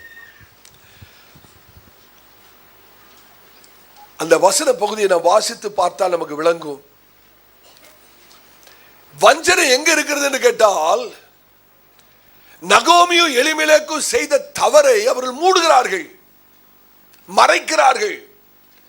அந்த பகுதியை கொஞ்சம் வாசிக்கலாமா? ரூத்து சரித்திரம் 1ஆம் அதிகாரம் 6வது வசனத்திலிருந்து வாசிங்க. நல்ல கவனிங்கள். வாசிக்கிற வசனத்தை தயவாய் கூர்ந்து கவனிங்கள். ரூத் எழுதின சரித்திரம் 1ஆம் அதிகாரம் 6வது வசனத்திலிருந்து வாசிங்க. கர்த்தர் தம்முடைய ஜனங்களை சந்தித்து அவர்களுக்கு ஆகாரம் அருளினார் என்று அவள் மோவாப் தேசத்திலே கேள்விப்பட்டு தன் மருமக்களோட கூட மோவாப் தேசத்திலிருந்து திரும்பி வரும்படி எழுந்து தன் 2 மருமக்களோடும் கூட தான் இருந்த ஸ்தலத்தை விட்டு புறப்பட்டாள். யூதா தேசத்திற்கு திரும்பி போக அவர்கள் வழி நடக்கையில் நகோமி தன் 2 மருமக்களையும் பார்த்து, நீங்கள் இருவரும் உங்கள் தாய் வீட்டுக்கு திரும்பி போங்கள், மரித்து போனவர்களுக்கும் எனக்கும் நீங்கள் தயவு செய்தது போல கர்த்தர் உங்களுக்கும் தயவு செய்வாராக. கர்த்தர் உங்கள் இருவருக்கும் வாய்க்கும் புருஷனுடைய வீட்டிலே நீங்கள் சுகமாய் வாழ்ந்திருக்க செய்வாராக என்று சொல்லி அவர்களை முத்தமிட்டாள். அப்பொழுது அவர்கள் சத்தமிட்டு அழுது அவளை பார்த்து, உம்முடைய ஜனத்தண்டைக்கே உம்முடன் கூட வருவோம் என்றார்கள். அதற்கு நகோமி, என் மக்களே, நீங்கள் திரும்பி போங்கள், என்னோடே ஏன் வருகிறீர்கள்? உங்களுக்கு புருஷராகும்படிக்கு இனிமேல் என் கற்பத்திலே எனக்கு பிள்ளைகள் உண்டாகுமோ? என் மக்களே, திரும்பி போங்கள். நான் வயது சென்றவள், ஒரு புருஷனுடன் வாழத்தக்கவள் அல்ல. அப்படிப்பட்ட நம்பிக்கை எனக்கு உண்டாயிருந்து நான் இன்று இரவில் ஒரு புருஷனுக்கு வாழ்க்கைப்பட்டு பிள்ளைகளை பெற்றாலும் அவர்கள் பெரியவர்கள் ஆகும் மட்டும் புருஷருக்கு வாழ்க்கைப்படாதபடிக்கு நீங்கள் பொறுத்திருப்பீர்களோ? அது கூடாது. என் மக்களே, கர்த்தருடைய கை எனக்கு விரோதமாய் இருக்கிறதினால் உங்கள் நிமித்தம் எனக்கு மிகுந்த விசனம் இருக்கிறது என்றால். போதும். நகோமியோட வார்த்தையை யோசித்து பாருங்கள். இந்த 6வது வசனத்திலே கர்த்தர் தம்முடைய ஜனங்களை சந்தித்து, கர்த்தர் சந்தித்த ஜனங்கள் யார் தெரியுமா? மோவாபில் இருக்கிற நகோமி குடும்பத்தை அல்ல. கர்த்தர் தங்களுடைய ஜனங்களை சந்தித்து பார்க்கும்போது எந்த ஜனங்கள் இது? பெத்லகேமிலே பஞ்சம் வந்தாலும் சரி, பட்டினி கிடந்தாலும் சரி, இங்கேயே செத்தாலும் சரி என்று சொல்லி கர்த்தரையே நம்பி பஞ்ச நாட்களிலே பெத்லகேமில் இருந்தாங்க பாருங்க. கர்த்தர் அவர்களை சந்தித்தார். கர்த்தர் அவர்களுக்கு ஆசீர்வாதத்தை உண்டு பண்ணினார். ஹல்லேலூயா. மோவாபு தேசத்துக்கு போன ஆண்டுடைய மகளாயிருந்த நகோமியை கர்த்தர் சந்திக்கல, அவரையே சார்ந்து நம்பி ஜீவித்த பெத்லகேமில் இருக்கிற கர்த்தருடைய ஜனங்களை கர்த்தர் சந்தித்தார். ஹல்லேலூயா. இப்பொழுது கர்த்தர் தன்னுடைய ஜனங்களை சந்தித்தார் என்று சொல்லி நகோமி கேள்விப்பட்டு அந்த வசனத்தை நீங்கள் வாசித்து பாருங்கள். 6வது வசனம், கர்த்தர் தம்முடைய ஜனங்களை சந்தித்து அவர்களுக்கு ஆகாரம் அருளினார் என்று அவள் மோவாப் தேசத்திலே கேள்விப்பட்டு தன் மருமக்களோட மோவாப் தேசத்திலிருந்து திரும்பி வரும்படி எழுந்து. ஆமென். எனக்கு அருமையானவர்களே, மோவாப் தேசத்தில் இருக்கிற நகோமி ஒரு நல்ல செய்தியை கேட்கிறாள். அது என்ன? கர்த்தர் தன்னுடைய ஜனங்களை சந்தித்து ஆகாரத்தை கொடுக்கிறார் என்ற ஒரு நல்ல செய்தி. பஞ்சம் முடிந்து விட்டது என்ற ஒரு நல்ல செய்தி. அந்த செய்தியை கேட்ட மாத்திரத்திலே நகோமி ஒரு தீர்மானம் பண்ணுகிறாள். என்ன? நாம் மறுபடியும் பெத்லெஹேமுக்கு போக வேண்டும் என்று சொல்லி தன்னுடைய சொந்த வீட்டுக்கு, தேவனுடைய நகரத்துக்கு, கர்த்தருடைய ஜனங்களோடு கூட பழைய ஐக்கியத்தில் போக வேண்டும் என்று சொல்லி அவர்கள் புறப்பட்டு திரும்பி வரும்படி அவர்கள் எழுந்திருக்கிறார்கள். தங்கள் 2 மருமக்களோடு கூட ஸ்தலத்தை விட்டு புறப்பட்டால் யூதா தேசத்துக்கு திரும்பி போக அவர்கள் வழி நடக்கையில் நல்ல ஆரம்பம். திரும்பி வர்றது ரொம்ப சந்தோஷம், நல்ல ஒரு ஆரம்பம் தான். ஆனா வழியில வரும்போது பிசாசு அவங்களை ஏமாத்து, பிசாசு அவர்களை வஞ்சிக்கிறான். கவனிங்கள் கர்த்தருடைய பிள்ளைகளே, ஆவியானவர் பேசிக் கொண்டிருக்கிறார். இந்த தேசத்துல 10 வருஷ காலம் இருந்தது போதும், நான் இழந்ததெல்லாம் போதும், நான் மறுபடியும் கர்த்தரிடத்தில் திரும்புகிறேன், கர்த்தருடைய ஜனத்தாரிடத்தில் திரும்புகிறேன், கர்த்தர் எனக்கு கொடுத்த ஐக்கியத்தில் திரும்புகிறேன் என்று சொல்லி எழுந்து புறப்பட்டு வந்தது நல்லதுதான். ஆனால் திரும்பி போக அவர்கள் வழி நடக்கையிலே பிசாசு அவருடைய மனதை கிளைக்கிறான். பிசாசு அவருடைய மனதை திசை திருப்புகிறான். எனக்கு அருமையானவர்களே, கர்த்தர் நம்மை வைத்த இடத்திலே பிரச்சனை வரலாம், பஞ்சம் வரலாம், ஆனா குறைவு வராது. ஆமென். யார் யார் கர்த்தருடைய சித்தத்தின் மையத்தில் இருக்கிறார்களோ அவருடைய வாழ்க்கையிலே கர்த்தர் குறைவை விடுகிறது இல்லை. பஞ்சம் வரும், தேவைகள் வரும், பிரச்சனைகள் வரும், ஆனா அந்த சூழ்நிலையில் கர்த்தர் நம்முடைய தேவையை அற்புதமாய் சந்திக்கிறவர். ஆமென். அந்த கெட்ட குமாரனை கொஞ்சம் யோசிச்சு பாருங்க. இப்ப அந்த மகன் ஆசீர்வாதத்தின் இடத்துல இல்ல. இவர் சந்தோஷத்துக்காக, உலக இன்பத்துக்காக, பாவ சந்தோஷத்துக்காக தகப்பனை வீட்டை விட்டுட்டு போயிட்டார். அந்த இடத்தை விட்டு புறப்பட்டு போய்விட்டார். அந்த இடத்தை விட்டு தீவிரித்து போய்விட்டார். இப்பொழுது தன்னுடைய ஆசையெல்லாம் இழந்த நிலைமையிலே, அந்த பண்டிகள் தவிடு கூட கிடைக்காத ஒரு நிலைமையிலே அந்த கெட்ட குமாரன் சொல்கிற வார்த்தையை நான் மறக்க முடியாது. அவர் சொன்ன வார்த்தை தெரியுமா? என்னுடைய தகப்பனுடைய கூலிக்காரர் அவர்கள் எத்தனையோ பேர் பூர்த்தியாய் சாப்பிடத்தக்க ஆகாரம் இருக்கிறது, ஆனால் நான் பசியில வாடுகிறேனே. ஆமென். தகப்பன் வீட்டில் ஆகாரம் குறையவே குறையாது பிரதர், சிஸ்டர். தகப்பன் வீட்டில் ஆகாரம் குறைவு ஏற்படாது. பஞ்சம் வரலாம், போராட்டம் வரலாம், நிர்பந்தமான சூழ்நிலை வரலாம், பயங்கரமான கஷ்டம் வரலாம், ஆனால் தகப்பனுடைய வீட்டிலே நமக்கு ஆகாரம், பூர்த்தியான சாப்பாடு இருக்கிறது. எத்தனை பேர் விசுவாசிக்கிறோம்? கர்த்தருடைய பரிசுத்த நாமத்துக்கு மகிமை உண்டாவதாக. ஆனா துக்கமான காரியம் என்ன? நகோமி தன்னுடைய ஜனங்களை சந்தித்து ஆகாரம் அருளினார் என்று அவள் மோவாப் தேசத்திலே கேள்விப்பட்டு நல்ல கவனிங்கள்.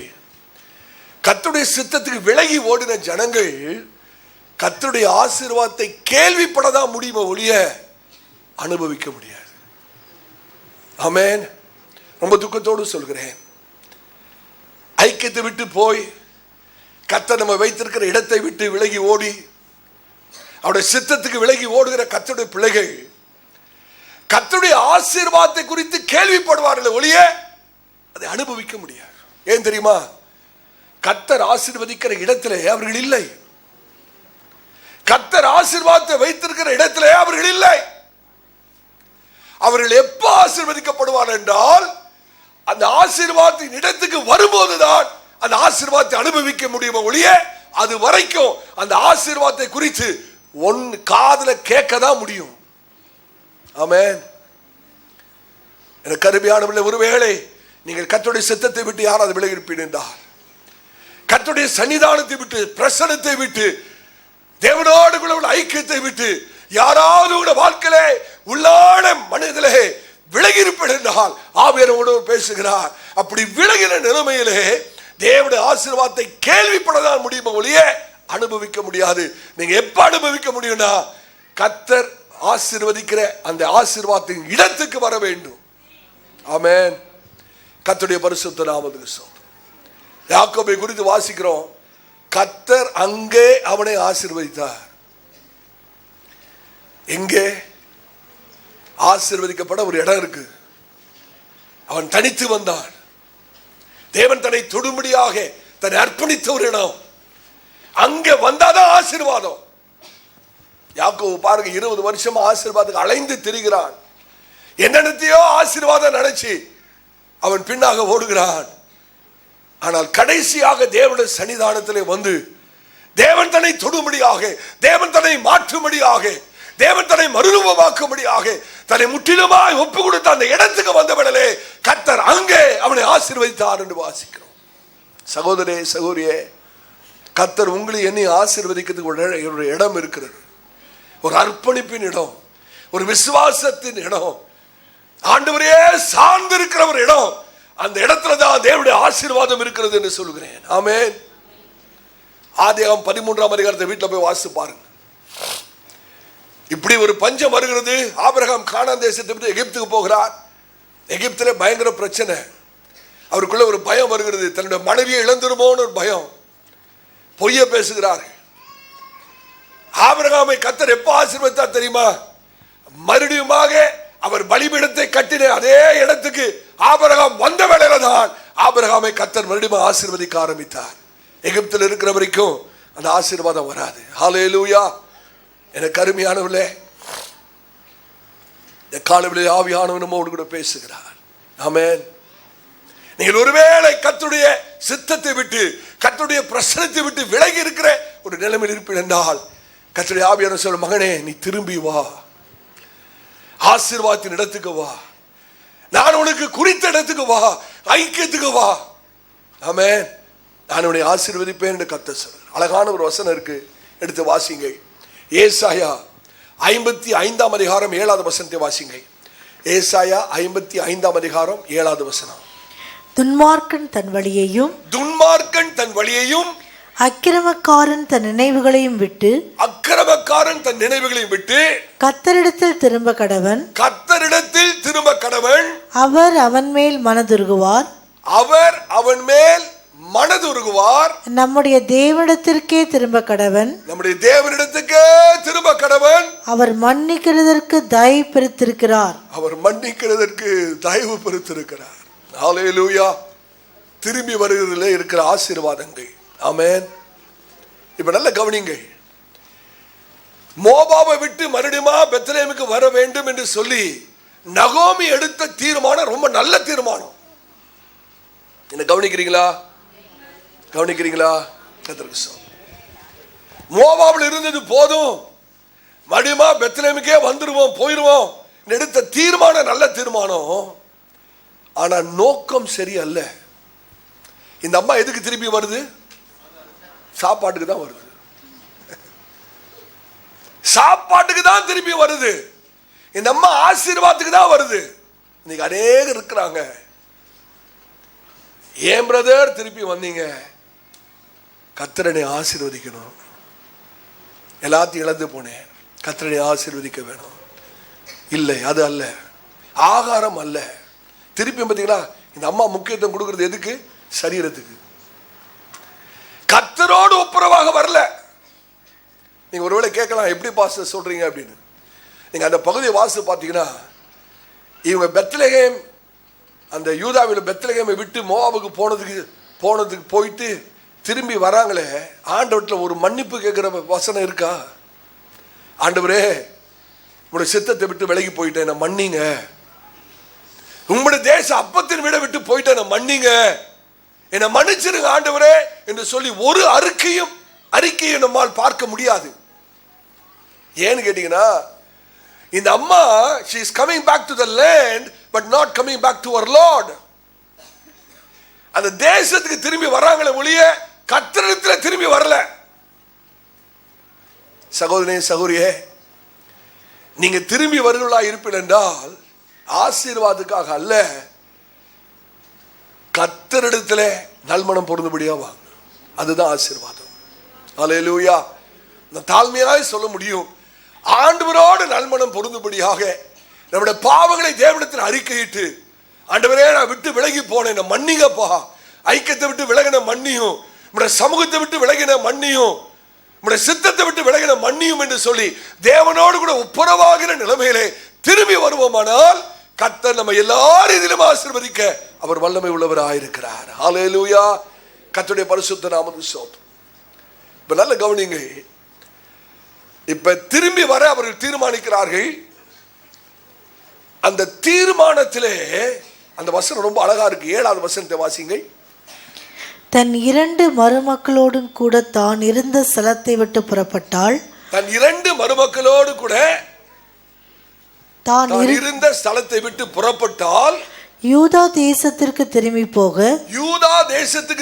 போக அவர்கள் வழி நடக்கையில் போதும். இப்ப யார் பிழைத்திருக்கிறது? நகோமி, ஓர்பால், ரூத். இந்த 3 பேருமே எழுந்து புறப்பட்டு வருகிறார்கள். ரொம்ப ஒரு அழகான ஒரு படம் இது. இந்த 3 பேருமே கர்த்தரை அறிந்தவர்கள். இப்பொழுது யூதாய தேசத்தை நோக்கி வருகிறார்கள், பெத்லெஹேமுக்கு நேராக வருகிறார்கள். 8வது வசனத்தை வாசிங்க. நகோமி தன் 2 மருமக்களையும் நோக்கி, நீங்கள் இருவரும் உங்கள் தாய் வீட்டுக்கு திரும்பி போங்கள், மரித்து போனவளுக்கும் எனக்கும் நீங்கள் தயவு செய்தது போல கர்த்தர் உங்களுக்கும் தயவு செய்வாராக. போதும், செய்வாரா ஆண்டவரு? இது நல்ல ஆலோசனையா? உங்களை தான் கேட்கிறேன், இது சரியான ஆலோசனையா? இது யோசிச்சு பாருங்க. நீங்க ஒரு விக்கிர ஆராதனை ஒருத்தர் இருக்கிறாரு, அவர்கிட்ட ஆண்டவர் சத்தியத்தை பத்தி சொல்றீங்க, அவரு ஆண்டவர் இயேசு ஏத்துக்கிறாரு, அவர் உங்களோடு கூட சபைக்கு வரேன்னு சொல்றாரு. 2 பேரும் புறப்பட்டு சபைக்கு வரீங்க. பாதி வழியில வந்து இந்த பல்லாடு தெருக்கிட்ட வந்து, பிரதர் நில்லுங்க, நீங்க திரும்பி போயிருங்க பிரதர், நீங்க விக்கிர ஆராதனைக்கே போயிருங்க, நீங்க உங்க இந்து கோயிலுக்கே போயிருங்க அப்படின்னு யாராவது சொல்லுவீங்களா? நம்ம சொல்லுவோமா? சொல்லவே மாட்டோம். ஏன் அப்ப இந்த அம்மாக்கு என்னங்க ஆச்சு? இந்த அம்மாக்கு என்ன ஆச்சு? நல்லா தானே புறப்பட்டுச்சு இந்த அம்மா. எவ்வளவோ சத்தியத்தை இந்த 2 புறஜாதி ஸ்திரீகளுக்கும் சொல்லி இருக்கு. இந்த அம்மா தன் ஆண்டவரை பத்தி சொல்லி இருக்கு. அதனாலதான் அந்த 2 ஸ்திரீகளும் நகோமியோட புறப்பட்டு வர ஆயத்தமா வந்துட்டு இருக்காங்க. அவர்கள் வழி நடக்கையில் நகோமியுடைய சிந்தையை பிசாசு திருப்புகிறான். இதுலதான் வஞ்சகமே இருக்கிறது. Here lies the deception. இப்ப திடீர்னு ஒரு யோசனை வருது நகோமிக்கு. இல்ல நம்ம பெத்லெஹேம் யூதாவுக்கு அதை விட்டு தனியா தானே வந்தோம், இப்ப இந்த 2 மருமக்களை கூட்டிட்டு போக கூடாது, நம்ம தனியா தான் போகணும். இவர் 2 பேரும் எப்படியாவது அனுப்பிடணும். அவங்க சொல்ற வார்த்தையை பாருங்க, என் மக்களே நீங்கள் திரும்பி போங்கள். 11வது வசனம். அதற்கு நகோமி, என் மக்களே நீங்கள் திரும்பி போங்கள். 12வது வசனம். என் மக்களே திரும்பி போங்கள். ஏன் திரும்பி போங்கன்னு அவங்க 2 பேரும் சொல்றாங்க, இல்லம்மா நான் உங்களோட கூட தான் வருவோம். அந்த வசனத்தை 8வது வசனத்தை வாசிங்க. மன்னிக்கணும், 9வது வசனம்.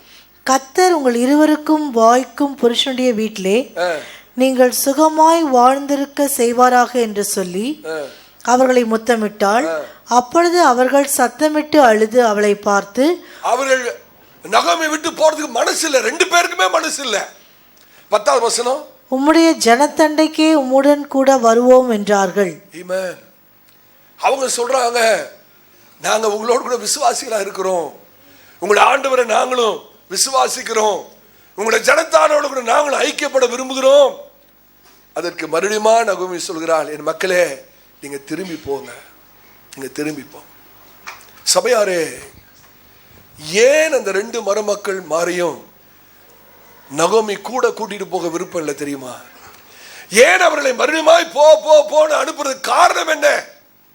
என்ன காரணமா இருக்கும்? என்ன காரணமா இருக்கும் நீங்க யோசிக்கிறீங்க?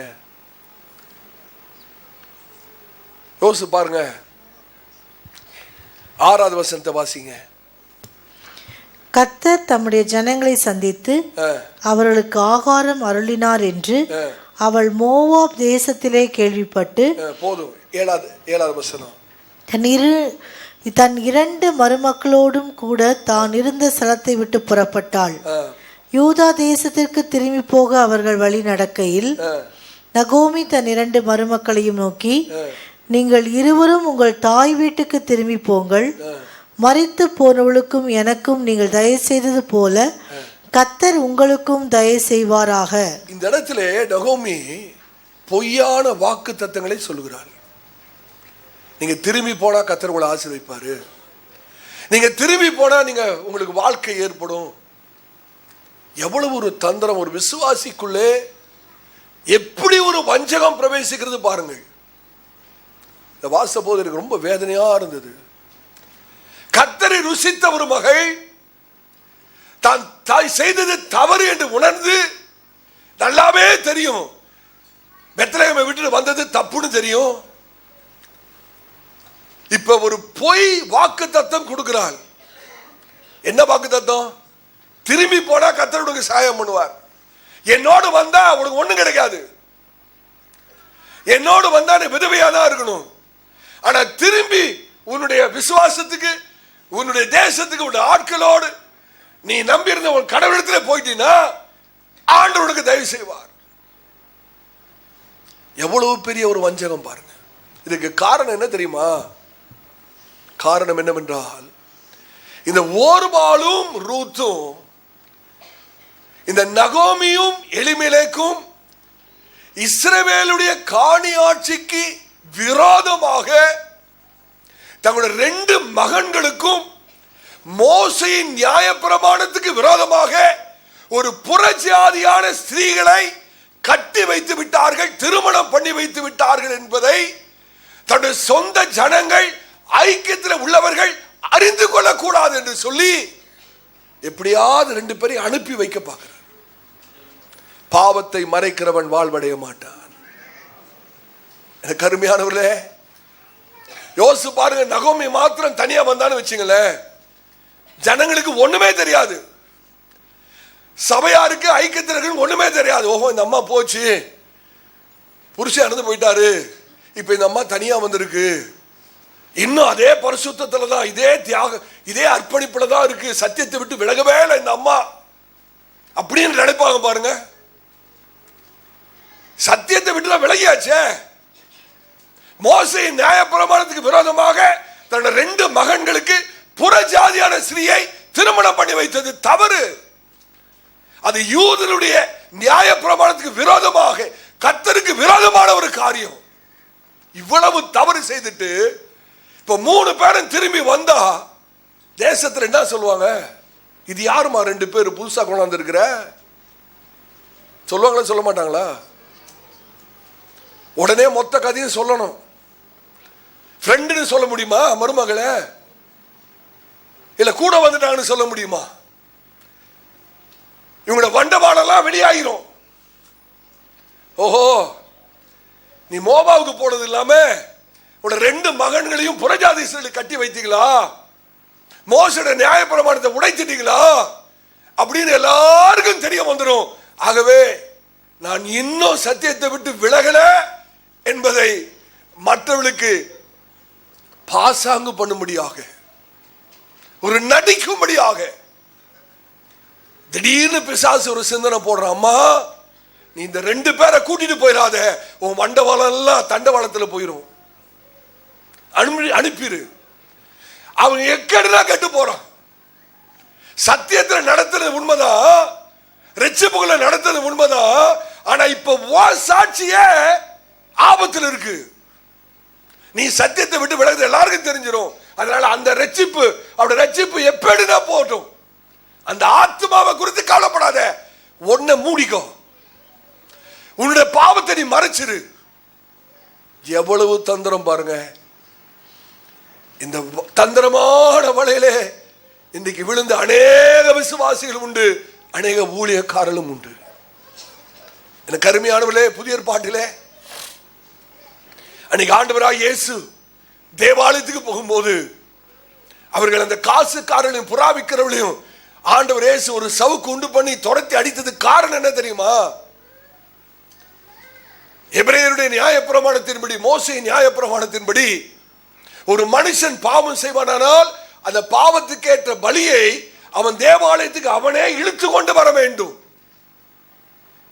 ஒரு ஆட்டுக்கடாவான ஆட்டுக்கடாவை இழுத்துட்டு வரணும், ஒரு காளையான அந்த காளையை இழுத்துட்டு வரணும். அவன் இழுத்துக்கிட்டு வரும்போது ஜனங்கள் எல்லாம் பார்க்கும்போது, ஐயோ இவன் ஒரு பாவி என்பதை எல்லா ஜனங்களும் அறிந்து கொள்வார்கள்.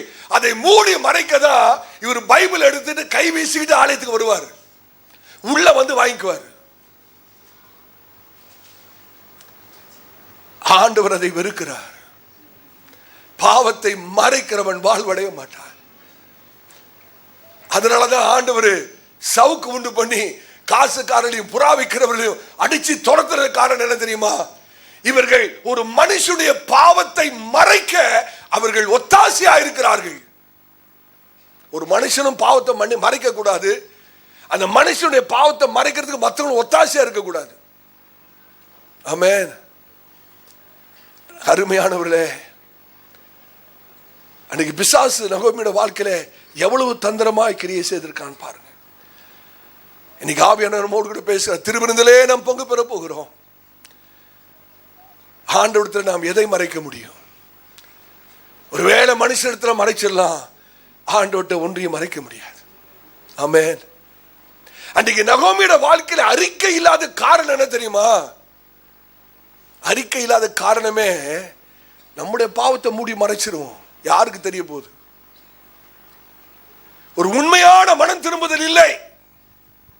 ஒரு உண்மையான மனம் திரும்புதலிலே ஒரு உடைப்பு இருக்கும், பாவ அறிக்கை இருக்கும்.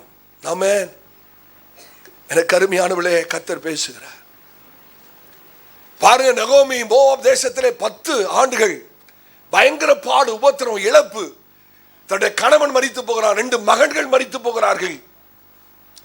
ஆண்டவர் தன் நேசிக்கிற பிள்ளைகளை சிட்சிக்கிறார். கணவன் இறந்து போன ஓடி வந்திருக்கணும், ஐக்கியத்தில் வந்திருக்கணும், பெத்லகேமுக்கு வந்திருக்கணும். அந்த அம்மா இருதயத்தை கடினப்படுத்திட்டு அங்கதான் இருப்பேன்னு இருக்குது. ஒன்னொன்னா சாகுது. யோசித்து பாருங்க. அவளுக்கு கசப்பு வந்திருக்க கூடாது. அவள் சொல்றா, பெத்லகேமுக்கு வந்த பிறகு என்ன நகோமின்னு கூப்பிடாதீங்க. நகோமினா மனரம்யம் என்று அர்த்தம், பிளசன்ட். என்ன நகோமின்னு கூப்பிடாதீங்க, என்ன மாறான்னு கூப்பிடுவேன், ஏன்னா நான் கசப்பா இருக்கிறேன். அந்த சர்வ வல்லவர் என்னை கசப்பாக்கி இருக்கிறார். சர்வ வல்லவரா கசப்பாக்குனாரு? அம்மா நீனே தானே ஒரு வாழ்க்கையை கசப்பாக்கிக்கிட்ட. அந்த இடத்துல நகோமியோட வாழ்க்கையில உடைப்பு இல்லை, கசப்பு இருக்கிறது. ஒரு உண்மையான மனம் திரும்புதலிலே கசப்பு இருக்காது, உடைப்பு இருக்கும். ஆமென். கசப்பு இருந்தா இன்னும் சரியான மனம் திரும்ப சரியில்லைன்னு அர்த்தம். ஆமென். இந்த அம்மா நினைக்கிற காரியம் தெரியுமா? நம்ம தனியா போயிடுவோம், ஒண்ணுமே நடக்காத மாதிரி, நியாயப்பிரமாணத்தை மீறாத மாதிரி, ஆண்டுக்கு விரோதமான செயல் ஒண்ணுமே செய்யாதபடி, ஒண்ணுமே நடக்காதபடி திரும்பியும் ஐக்கியத்தில் போய் சேர்ந்துடும். சில விசுவாசிகள் இருக்காங்க, ஐக்கியத்தை விட்டு கோச்சிட்டு போயிடுவாங்க, பாஸ்டர்கிட்ட கோச்சிட்டு போயிடுவாங்க, இன்னொரு விசுவாசிகிட்ட கோச்சிட்டு போயிடுவாங்க. வெளியே போனா கஷ்டமாயிரும். ஆண்டவரை நேசிக்கிறார் அல்லவா, கண்டிப்பா ஆண்டவர் சிட்சிக்க தான் செய்வார். அந்த சிச்சனை தாங்க முடியாம ஒண்ணுமே தெரியாம திருப்பி ஐக்கியத்தில் வந்து உட்கார்ந்துருவாங்க. இல்லை இல்லை, தவறு. ஒரு விசுவாசி சபையை விட்டு ஐக்கியத்தை விட்டு போய் சபைக்கு வராம திருப்பியும் சபைக்குள்ள வருகிறதா இருந்தால் அதுக்கு ஒரு முறை இருக்கிறது. ஊழியக்கார பார்க்கணும், பாஸ்டர் நான் சபை விட்டு போயிட்டேன், நான் அதை உணர்ந்து விட்டேன், மறுபடியும் வருகிறேன், என் ஐக்கியத்தில் சேர்த்துக் கொள்ளுங்கள் என்று சொல்லி முறைமையா அந்த ஒரு முறையோடு கூட ஐக்கியத்தில் வந்து சேரணும். அது உண்மையான மனம் திரும்புதல். அந்த மனம் திரும்புதல் உடைப்பு இருக்கும். இப்படி அறிக்கை அந்த உடைப்பு இல்லாம திரும்பி உள்ள வராங்க பாருங்க, அவங்களோட வாழ்க்கையில வெறும் கசப்பு தான் இருக்கும். திருப்பி வந்தா கூட ஆசீர்வாதம் இருக்காது, கசப்பு தான் இருக்கும். சத்தியத்தை பேசுகிறேன் அருமையான சபையாரே. நகோமி திரும்பி வந்தது உண்மைதான். ஆனா எப்படி வந்திருக்கணும் தெரியுமா? உடைக்கப்பட்டு வந்திருக்கணும், நறுங்குண்ட இருதயத்தோடு வந்திருக்கணும், அறிக்கையோடு வந்திருக்கணும். ஆண்டவரே நான் தவறு செய்தேன் வந்திருக்கணும். அப்படியெல்லாம் ஒண்ணுமே இல்லை. அதனாலதான் அந்த அம்மா திரும்பி வந்தப்ப எப்படி இருந்தது? வாழ்க்கை கசப்பா இருந்தது, கசப்பா இருந்தது. ஹல்லேலூயா. இப்ப யோசிச்சு பாருங்க, எலிமெலேக்கு நகோமியோட கணவன் இறந்து போயிட்டார். ரூத்தோட கணவன் பேர் என்ன? மக்லோன். அவரு இறந்துட்டார். இப்ப நகோமி யாருடைய ஆளுகையின் கீழ் இருக்கிறாள்? ரூத் யாருடைய ஆளுகையின் கீழ் இருக்கிறாள்? நகோமியோட ஆளுகையின் கீழ். ஏன்னா கணவன் இறந்து போயிட்டார். ஒரு ஸ்திரீக்கு கணவன் இறந்து போனால் அவள் யாருக்கு அடியில் வருகிறாள் என்றால் மாமியாருக்கு அடியில் வருகிறாள், மாமியாருடைய ஆளுகை கீழே வருகிறாள். அப்ப மாமியார் சொல்றதான் கேட்கணும், மாமியார் சொல்றதான் கேட்கணும். இப்ப மாமியார் சொல்றார்கள் போய்விடுங்க, திரும்பி போங்க. இன்னொரு அம்மா ரொம்ப கீழ்ப்படிதலோட திரும்பி போயிட்டாங்க, ஓர்பால். ஆனா ரூத் அதுக்கு கீழ்ப்படியில. நான் இதை ஆசீர்வாதமான கீழ்ப்படியாமை என்று சொல்லுகிறேன். ஆமென். கீழ்ப்படுகிறது ரொம்ப ஆசீர்வாதம். எல்லாத்துக்கும் கீழ்ப்படிஞ்சிடக்கூடாது. என்னடா பாஸ்டர் வேற உபதேசம் கொண்டான்னு நினைச்சிடாதீங்க. யாராவது ஒருத்தர் வந்து சொல்லுவாங்க, இன்னைக்கு சபைக்கு போவாதீங்க பிரதர், இன்னைக்கு ரெஸ்ட் பண்ணீங்க வீட்டில். சரி, சொல்றது நல்லா தான் இருக்கு அப்படின்னு அது கீழ்ப்படிஞ்சு வீட்டில் உட்காரக்கூடாது. ஆமென். விருந்தாளி போன் பண்ணுவாங்க சனிக்கிழமை, நாளைக்கு உங்க வீட்டுக்கு வரேன், வாங்க வாங்க உங்களுக்கு கோழி ஆக்கி வைக்கிறேன்னு சொல்லக்கூடாது, கீழ்ப்படியக்கூடாது. இப்படிப்பட்ட காரியத்துக்கெல்லாம் கீழ்ப்படியக்கூடாது. ஆண்டுடைய வார்த்தைக்கு நம்ம கீழ்ப்படியணும். ஆண்டுக்கு விரோதமாக, ஆவிக்குரிய வாழ்க்கைக்கு விரோதமாக ஏதாவது ஒரு ஆலோசனை வருமானால் அதற்கு தயவு செய்து கீழ்ப்படிய வேண்டாம். ஆமென். ரூத்தோட உறுதிக்காக நான் கர்த்தருக்கு நன்றி செலுத்துகிறேன். ரூத் சொன்ன காரியம் என்ன தெரியுமா? நீங்க ஒருவேளை எனக்கு மாமியாரா இருக்கலாம், நான் உங்களுடைய ஆளுகையின் கீழ் இருக்கிறது உண்மை, ஆனாலும் உங்களுடைய தேவனை நான் ருசித்து இருக்கிறேன், அவரை என்னால் விட முடியாது. ஹல்லேலூயா. ஆகவேதான் கர்த்தர் ரூத்தை அப்படியாக ஆசீர்வதித்தார். ரூத்துக்கு தேவன் மேல இருந்த வைராக்கியம், ரூத்துக்கு தேவன் மேல இருந்த, நகோமியோட தேவன் மேல இருந்த அன்பு, எந்த சூழ்நிலை வந்தாலும் சரி நான் என் ஆண்டவரை விட மாட்டேன். ஹல்லேலூயா. கர்த்தருடைய பரிசுத்த நாமத்துக்கு மகிமை உண்டாவதாக. எனக்கு அருமையானவர்களே, இந்த நாளிலே கர்த்தர் நம்மோடு கூட பேசி எச்சரிக்கிறார். அந்த வஞ்சகத்துக்கு நம்ம ஆளாக்கி விடக்கூடாது. பிசாசு பலவிதமான சிந்தையை போடுவான். நம்ம எழுந்து திரும்பி ஆண்டவரிடத்துல வர வழியில பிசாசு சொல்லுவான், எப்பா பத்திரமா போ, மாட்டிக்காத. பழைய ஏற்பாட்டிலே 10 கட்டளைகள் இருக்கிறது. ஆனா நகோமி பின்பற்றின கட்டளை 11வது கட்டளை என்ன தெரியுமா? நீ அகப்பட்டு கொள்ளாது இருப்பாயாக. நல்லா இருக்குல்ல கட்டளை? 11வது கட்டளை என்ன? நீ அகப்பட்டு கொள்ளாது இருப்பாயாக, மாட்டிக்கொள்ளாது இருப்பாயாக. என்ன வேணாலும் பண்ணு, மாட்டிக்காத. துக்கத்தோடு சொல்கிறேன், இன்னைக்கு அநேக கர்த்தருடைய பிள்ளைகள் இந்த கட்டையின் கீழே தான் வாழ்க்கையை ஓடிட்டு இருக்கு. என்ன வேணாலும் பண்ணிக்கப்பா, சினிமா பார்த்துக்கோ, எங்க வேணாலும் போய்க்கோ, என்ன வேணாலும் பண்ணிக்கோ, பாஸ்டர் கண்ணில் மாத்திரம் மாட்டிக்காத, அந்த விசுவாசி கண்ணில் மாத்திரம் மாட்டிக்காத. சகோதரனே சகோதரியே, யார் கண்களுக்கு வேணா தப்பிடலாம், அந்த ஆண்டுடைய கண்களுக்கு ஒரு நாளும் தப்ப முடியாது. ஹல்லேலூயா. இன்னைக்கு அநேகர் இந்த வஞ்சனைக்கு இரையாய் இருக்கிறார்கள். நம்ம ஒன்று நினைக்கணும், ஆண்டவர் எப்போது நம்மை பார்த்து கொண்டிருக்கிறார். எங்கு போனாலும், எங்கு இருந்தாலும், என்ன செய்தாலும், மனுஷர் பார்க்காத ஒரு இடத்திலேயும் கர்த்தர் நம்மை பார்த்து கொண்டிருக்கிறாரே. கர்த்தருடைய பரிசுத்த நாமத்துக்கு மகிமை உண்டாவதாக. கடைசியாக ஒரே ஒரு குறிப்பை சொல்லி துரிதமாய் முடிக்கிறேன். மூன்றாவது, கசப்பு. இந்த அம்மா உடைப்பு இருந்திருக்கணும், உடைப்பு இல்ல, கசப்பு இருக்கு. வாசிங்கள் 1ஆம் அதிகாரம் 19 22 வரைக்கும் வாசிங்க. 19 22 வரைக்கும். அப்படியே இருவரும் பெத்லகேம் மட்டும் நடந்து போனார்கள். அவர்கள் பெத்லகேமுக்கு வந்தபோது ஊரார் எல்லாரும் அவளை குறித்து ஆச்சரியப்பட்டு, ஊரார் எல்லாரும் பார்த்து ஆச்சரியப்பட்டு, இவள் நகோமியோ என்று பேசிக் கொண்டார்கள். அதற்கு அவள், நீங்கள் என்னை நகோமி என்று சொல்லாமல் மாறாள் என்று சொல்லுங்கள். சர்வ வல்லவர் எனக்கு மிகுந்த கசப்பை கட்டளையிட்டார். நான் நிறைவுள்ளவளாய் போனேன். கர்த்தர் என்னை வெறுமையாய் திரும்பி வர பண்ணினார். கர்த்தர் என்னை சிறுமைப்படுத்தி சர்வ வல்லவர் என்னை கிளேசப்படுத்தி இருக்கையில் நீங்கள் என்னை நகோமி என்பானேன் என்றாள். இப்படி நகோமியின் மோவாபிய ஸ்ரீயான தன் மருமகள் ரூத்தோடும் கூட மோவாப் தேசத்திலிருந்து திரும்பி வந்தாள். வார்கோதுமை அறுப்பின் துவக்கத்தில் அவர்கள் பெத்லகேமுக்கு வந்தார்கள். கர்த்தருக்கு ஸ்தோத்திரம். 10 வருஷத்துக்கு பிறகு,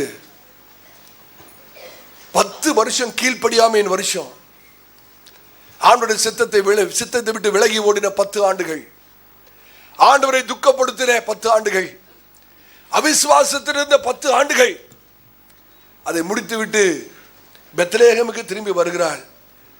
அங்க நகோமியை பார்த்தவர்கள் ஆச்சரியப்படுறாங்க. இது நகோமியா? முந்தி பார்த்த நகோமி வேறையாச்சே. அருமையான சபையாரே, இப்பொழுது தேவனுடைய சித்தத்தை விட்டு, ஐக்கியத்தை விட்டு விலகி ஓடி திரும்பி வருகிற நகோமி சீர்குலைந்து வருகிறாள். அவளை பார்த்து நகோமி தானான்னு நம்புறதுக்கு கஷ்டமா இருக்கு. ஆமென். யோசித்து பாருங்க, எவ்வளவு துக்கமான ஒரு காரியம் பாருங்க. இதுல கர்த்தர் ஆவியானவர் என்னோடு பேசின வார்த்தை என்ன? அந்த 16வது வசனத்தை வாசிங்கள். 19ஆம் வசனம். அப்படியே இருவரும் பெத்லகேம் மட்டும் நடந்து போனார்கள். அவர்கள் பெத்லகேமுக்கு வந்தபோது ஊரார் எல்லாரும் அவளை குறித்து ஆச்சரியப்பட்டு, இவள் நகோமியோ என்று பேசிக் கொண்டார்கள். நல்ல கவனிங்கள். ஊரார் எல்லாரும் இப்ப பாக்குறாங்க. வரது எத்தனை பேரு? 2 பேர். நகோமியும் ரூத்தும் வராங்க. ஊரார் எல்லாமே பாக்குறாங்க. ஆனா ஊரார் எல்லாருமே யாரங்க பாக்குறாங்க? நகோமியை பாக்குறாங்க. யார பார்க்கல? ரூத்தை பார்க்கல. காரணம் என்ன? ஆண்டவர் ரூத்தை மூடிவிட்டார். ஆமென். ஹல்லேலூயா. யாருமே ரூத்தை குற்றப்படுத்தல. இந்த அம்மா பயந்த மாதிரி ஒண்ணும் நடக்கல. அப்படிதானே?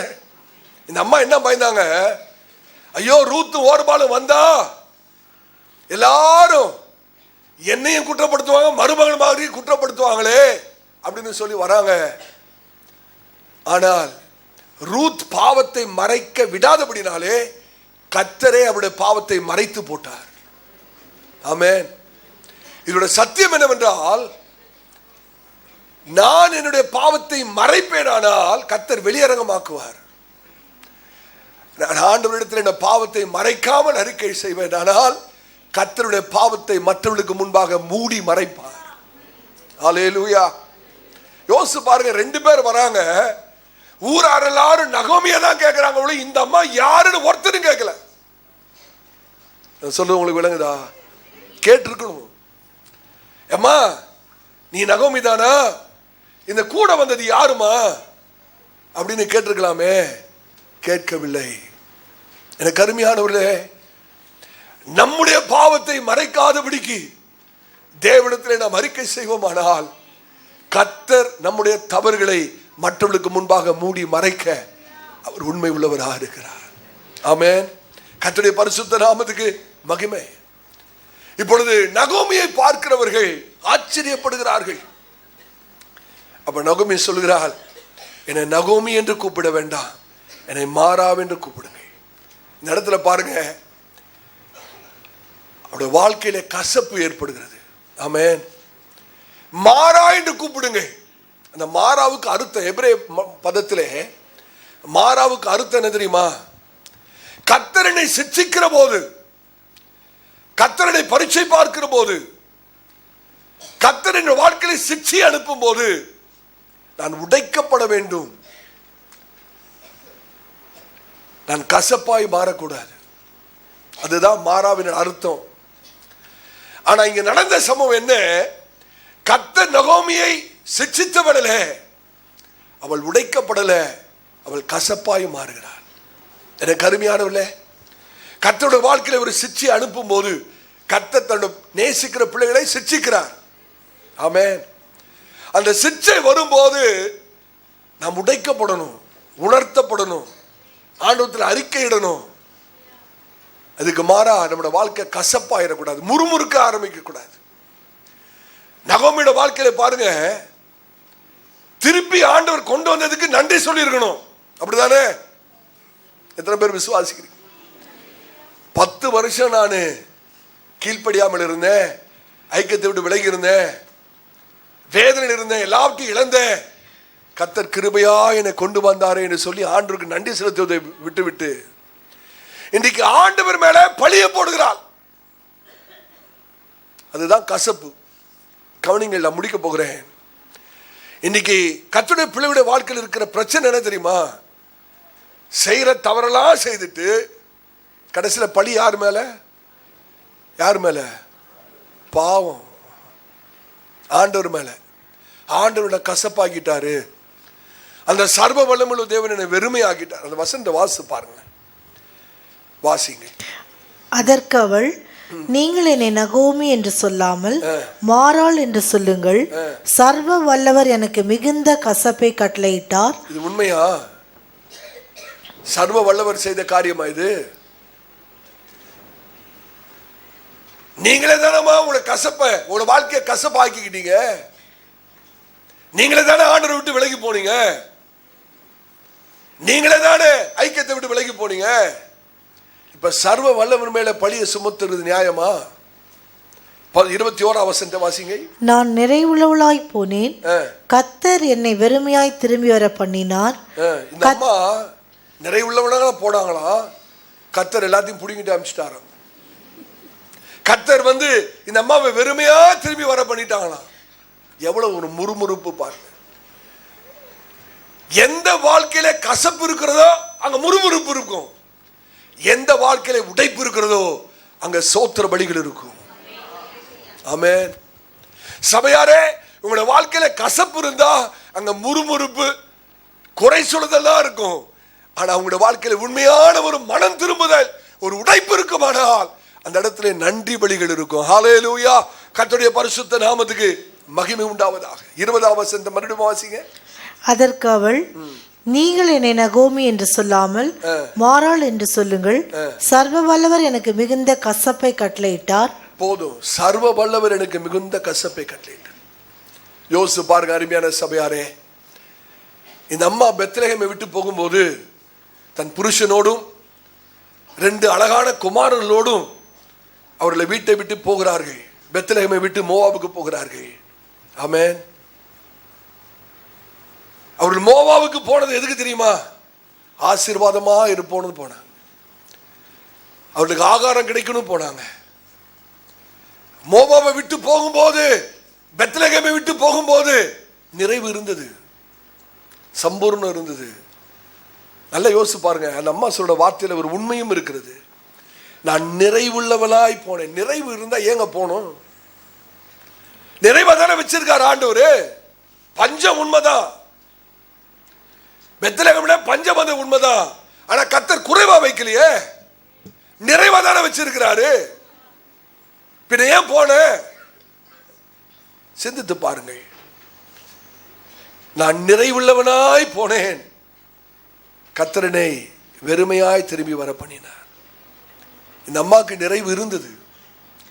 பெத்லகேம்ல இருந்த வரைக்கும் நிறைவு இருந்தது, ஐக்கியத்தில் இருந்த வரைக்கும் நிறைவு இருந்தது. ஆமென். ஆனா இப்ப திரும்பி வரும்போது வெறுமையாய் மாறிவிட்டது. யோசிச்சு பாருங்க. நிறைவுள்ளவளாய் போகிறாள்.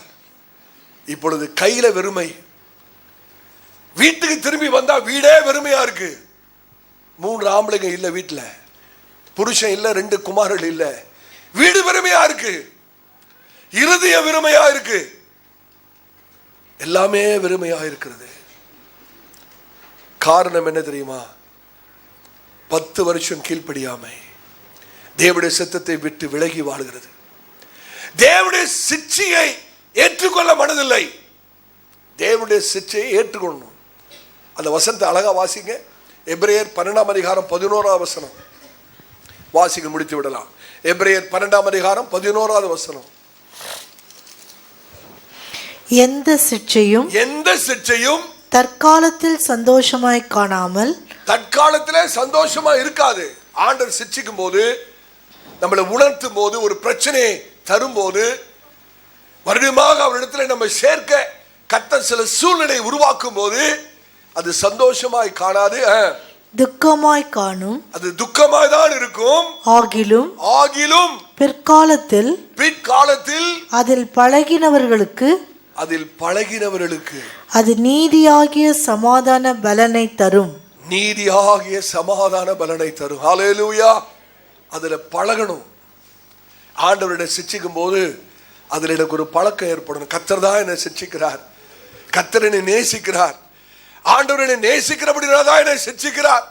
நான் என்னை திருத்திக் கொள்ள வேண்டும், நான் என்னை சரி செய்து கொள்ள வேண்டும், நான் இருக்கிற தவறான இடத்தை விட்டு மறுபடியும் ஆண்டவரிடத்தில் திரும்பி வர வேண்டும் என்று சொல்லி நான் அதில் என்னை பழக்க வைக்கும் போது அதே துக்கமான தேவனுடைய சிட்சை நீதியாகிய சமாதான பலனாய் எனக்கு மாறுகிறது. ஹல்லேலூயா. கர்த்தருடைய பரிசுத்த நாமத்துக்கு மகிமை உண்டாவதாக. ஆனா அதுக்கு பதிலாக நகோமி தேவனை குறை சொல்கிறார். 21ஆவது வசனத்தை வாசிங்க. 21. நான் நிறைவுள்ளவளாய் போனேன், கர்த்தர் என்னை வெறுமையாய் திரும்பி வர பண்ணினார். கர்த்தர் என்னை சிறுமைப்படுத்தி சர்வ வல்லவர் என்னை கிளேசப்படுத்தி இருக்கையில் நீங்கள் என்னை நகோமி என்பானேன் என்றாள். அருமையானவர்களே, 2 விசை ஆண்டவரை சர்வ வல்லவர் என்று சொல்லுகிறாள் நகோமி. 20ஆவது வசனத்திலே சர்வ வல்லவர் எனக்கு மிகுந்த கசப்பை கட்டளையிட்டார். 21ஆவது வசனத்திலே சர்வ வல்லவர் என்னை கிளேசப்படுத்தி இருக்கையில் நீங்கள் என்னை நகோமி என்பானேன். சர்வ வல்லவர் என்ற தமிழ் வார்த்தைக்கு எபிரேய பதம் என்னன்னு கேட்டீங்கன்னா எல் ஷடாய், ஆல்மைட்டி காட். யோசிச்சு பாருங்க, நகோமிக்கு ஆண்டவர் சர்வ வல்லவர் என்று தெரியுது, ஆண்டுடைய நாமம் தெரியுது, எல் ஷடாய் என்ற நாமம் தெரியுது. சர்வ வல்ல உள்ள தேவனை விசுவாசிக்க இருதயம் இல்லை. நல்ல கவனிங்க, இதை கவனிக்கிறீங்களா? ஆண்டவர் சர்வ வல்லமை உள்ளவர் தெரிஞ்சா ஏமா உன்னால விசுவாசிக்க முடியல? சர்வ வல்லவர் வாயில சொல்றியே, சர்வ வல்லவரா இருந்தா உடைய தேவனை சந்திப்பார் என்ற நம்பிக்கை ஏன் இல்லை? அப்ப ஆண்டுடைய பேரை நல்லா தெரிஞ்சு வச்சிருந்த அம்மா, எல் ஷடா, இவரு சர்வ வல்லவர், இவரால எல்லாமே முடியும், இவரால முடியாதது ஒண்ணுமே இல்லை, எல்லாம் அந்த அறிவு இங்க இருக்கு, தலையில இருக்கு. ஆனா இருதயத்துல அந்த சர்வ வல்லவர் மேல விசுவாசம் இல்லை. இன்னைக்கு துக்கத்தோடு சொல்கிறேன், இன்னைக்கு அநேக விசுவாசிகள் கர்த்தருடைய பிள்ளைகளுக்கு ஆண்டோட நாமெல்லாம் நல்லா தெரியும். இவர் யெகோவா ரஃபா, சுகம் தருகிறவர், யெகோவா நிசி, ஜெயம் தருகிறவர், இவர் யெகோவா ஷாலோம், சமாதானத்தை தருகிறவர், இவர் எல்ரோயி, அவர் என்னை காண்கிறவர். இந்த பேரெல்லாம் நல்லா தெரியும். ஆனா அந்த பேர்ல விசுவாசமே கிடையாது, இந்த பேர்ல நம்பிக்கை கிடையாது. இன்னைக்கு எத்தனை பேருக்கு தெரியும் நம்முடைய ஆண்டவர் சர்வ வல்லமை உள்ளவர்னு? கரங்களை பார்க்கலாமா? அத்தனை பேருக்கும் தெரியுது. நீங்க கவலைப்படலாமா? சர்வ வல்லவர் உங்கள்கிட்ட இருக்கும்போது நீங்க கவலைப்படலாமா? நீங்க துக்கப்படலாமா? நீங்க நாளைய குறித்து கவலைப்படலாமா? தேவைகள் சந்திக்கப்படும் நினைக்கலாமா? ஆண்டவருடைய கைவிட்டுவார் நினைக்கலாமா?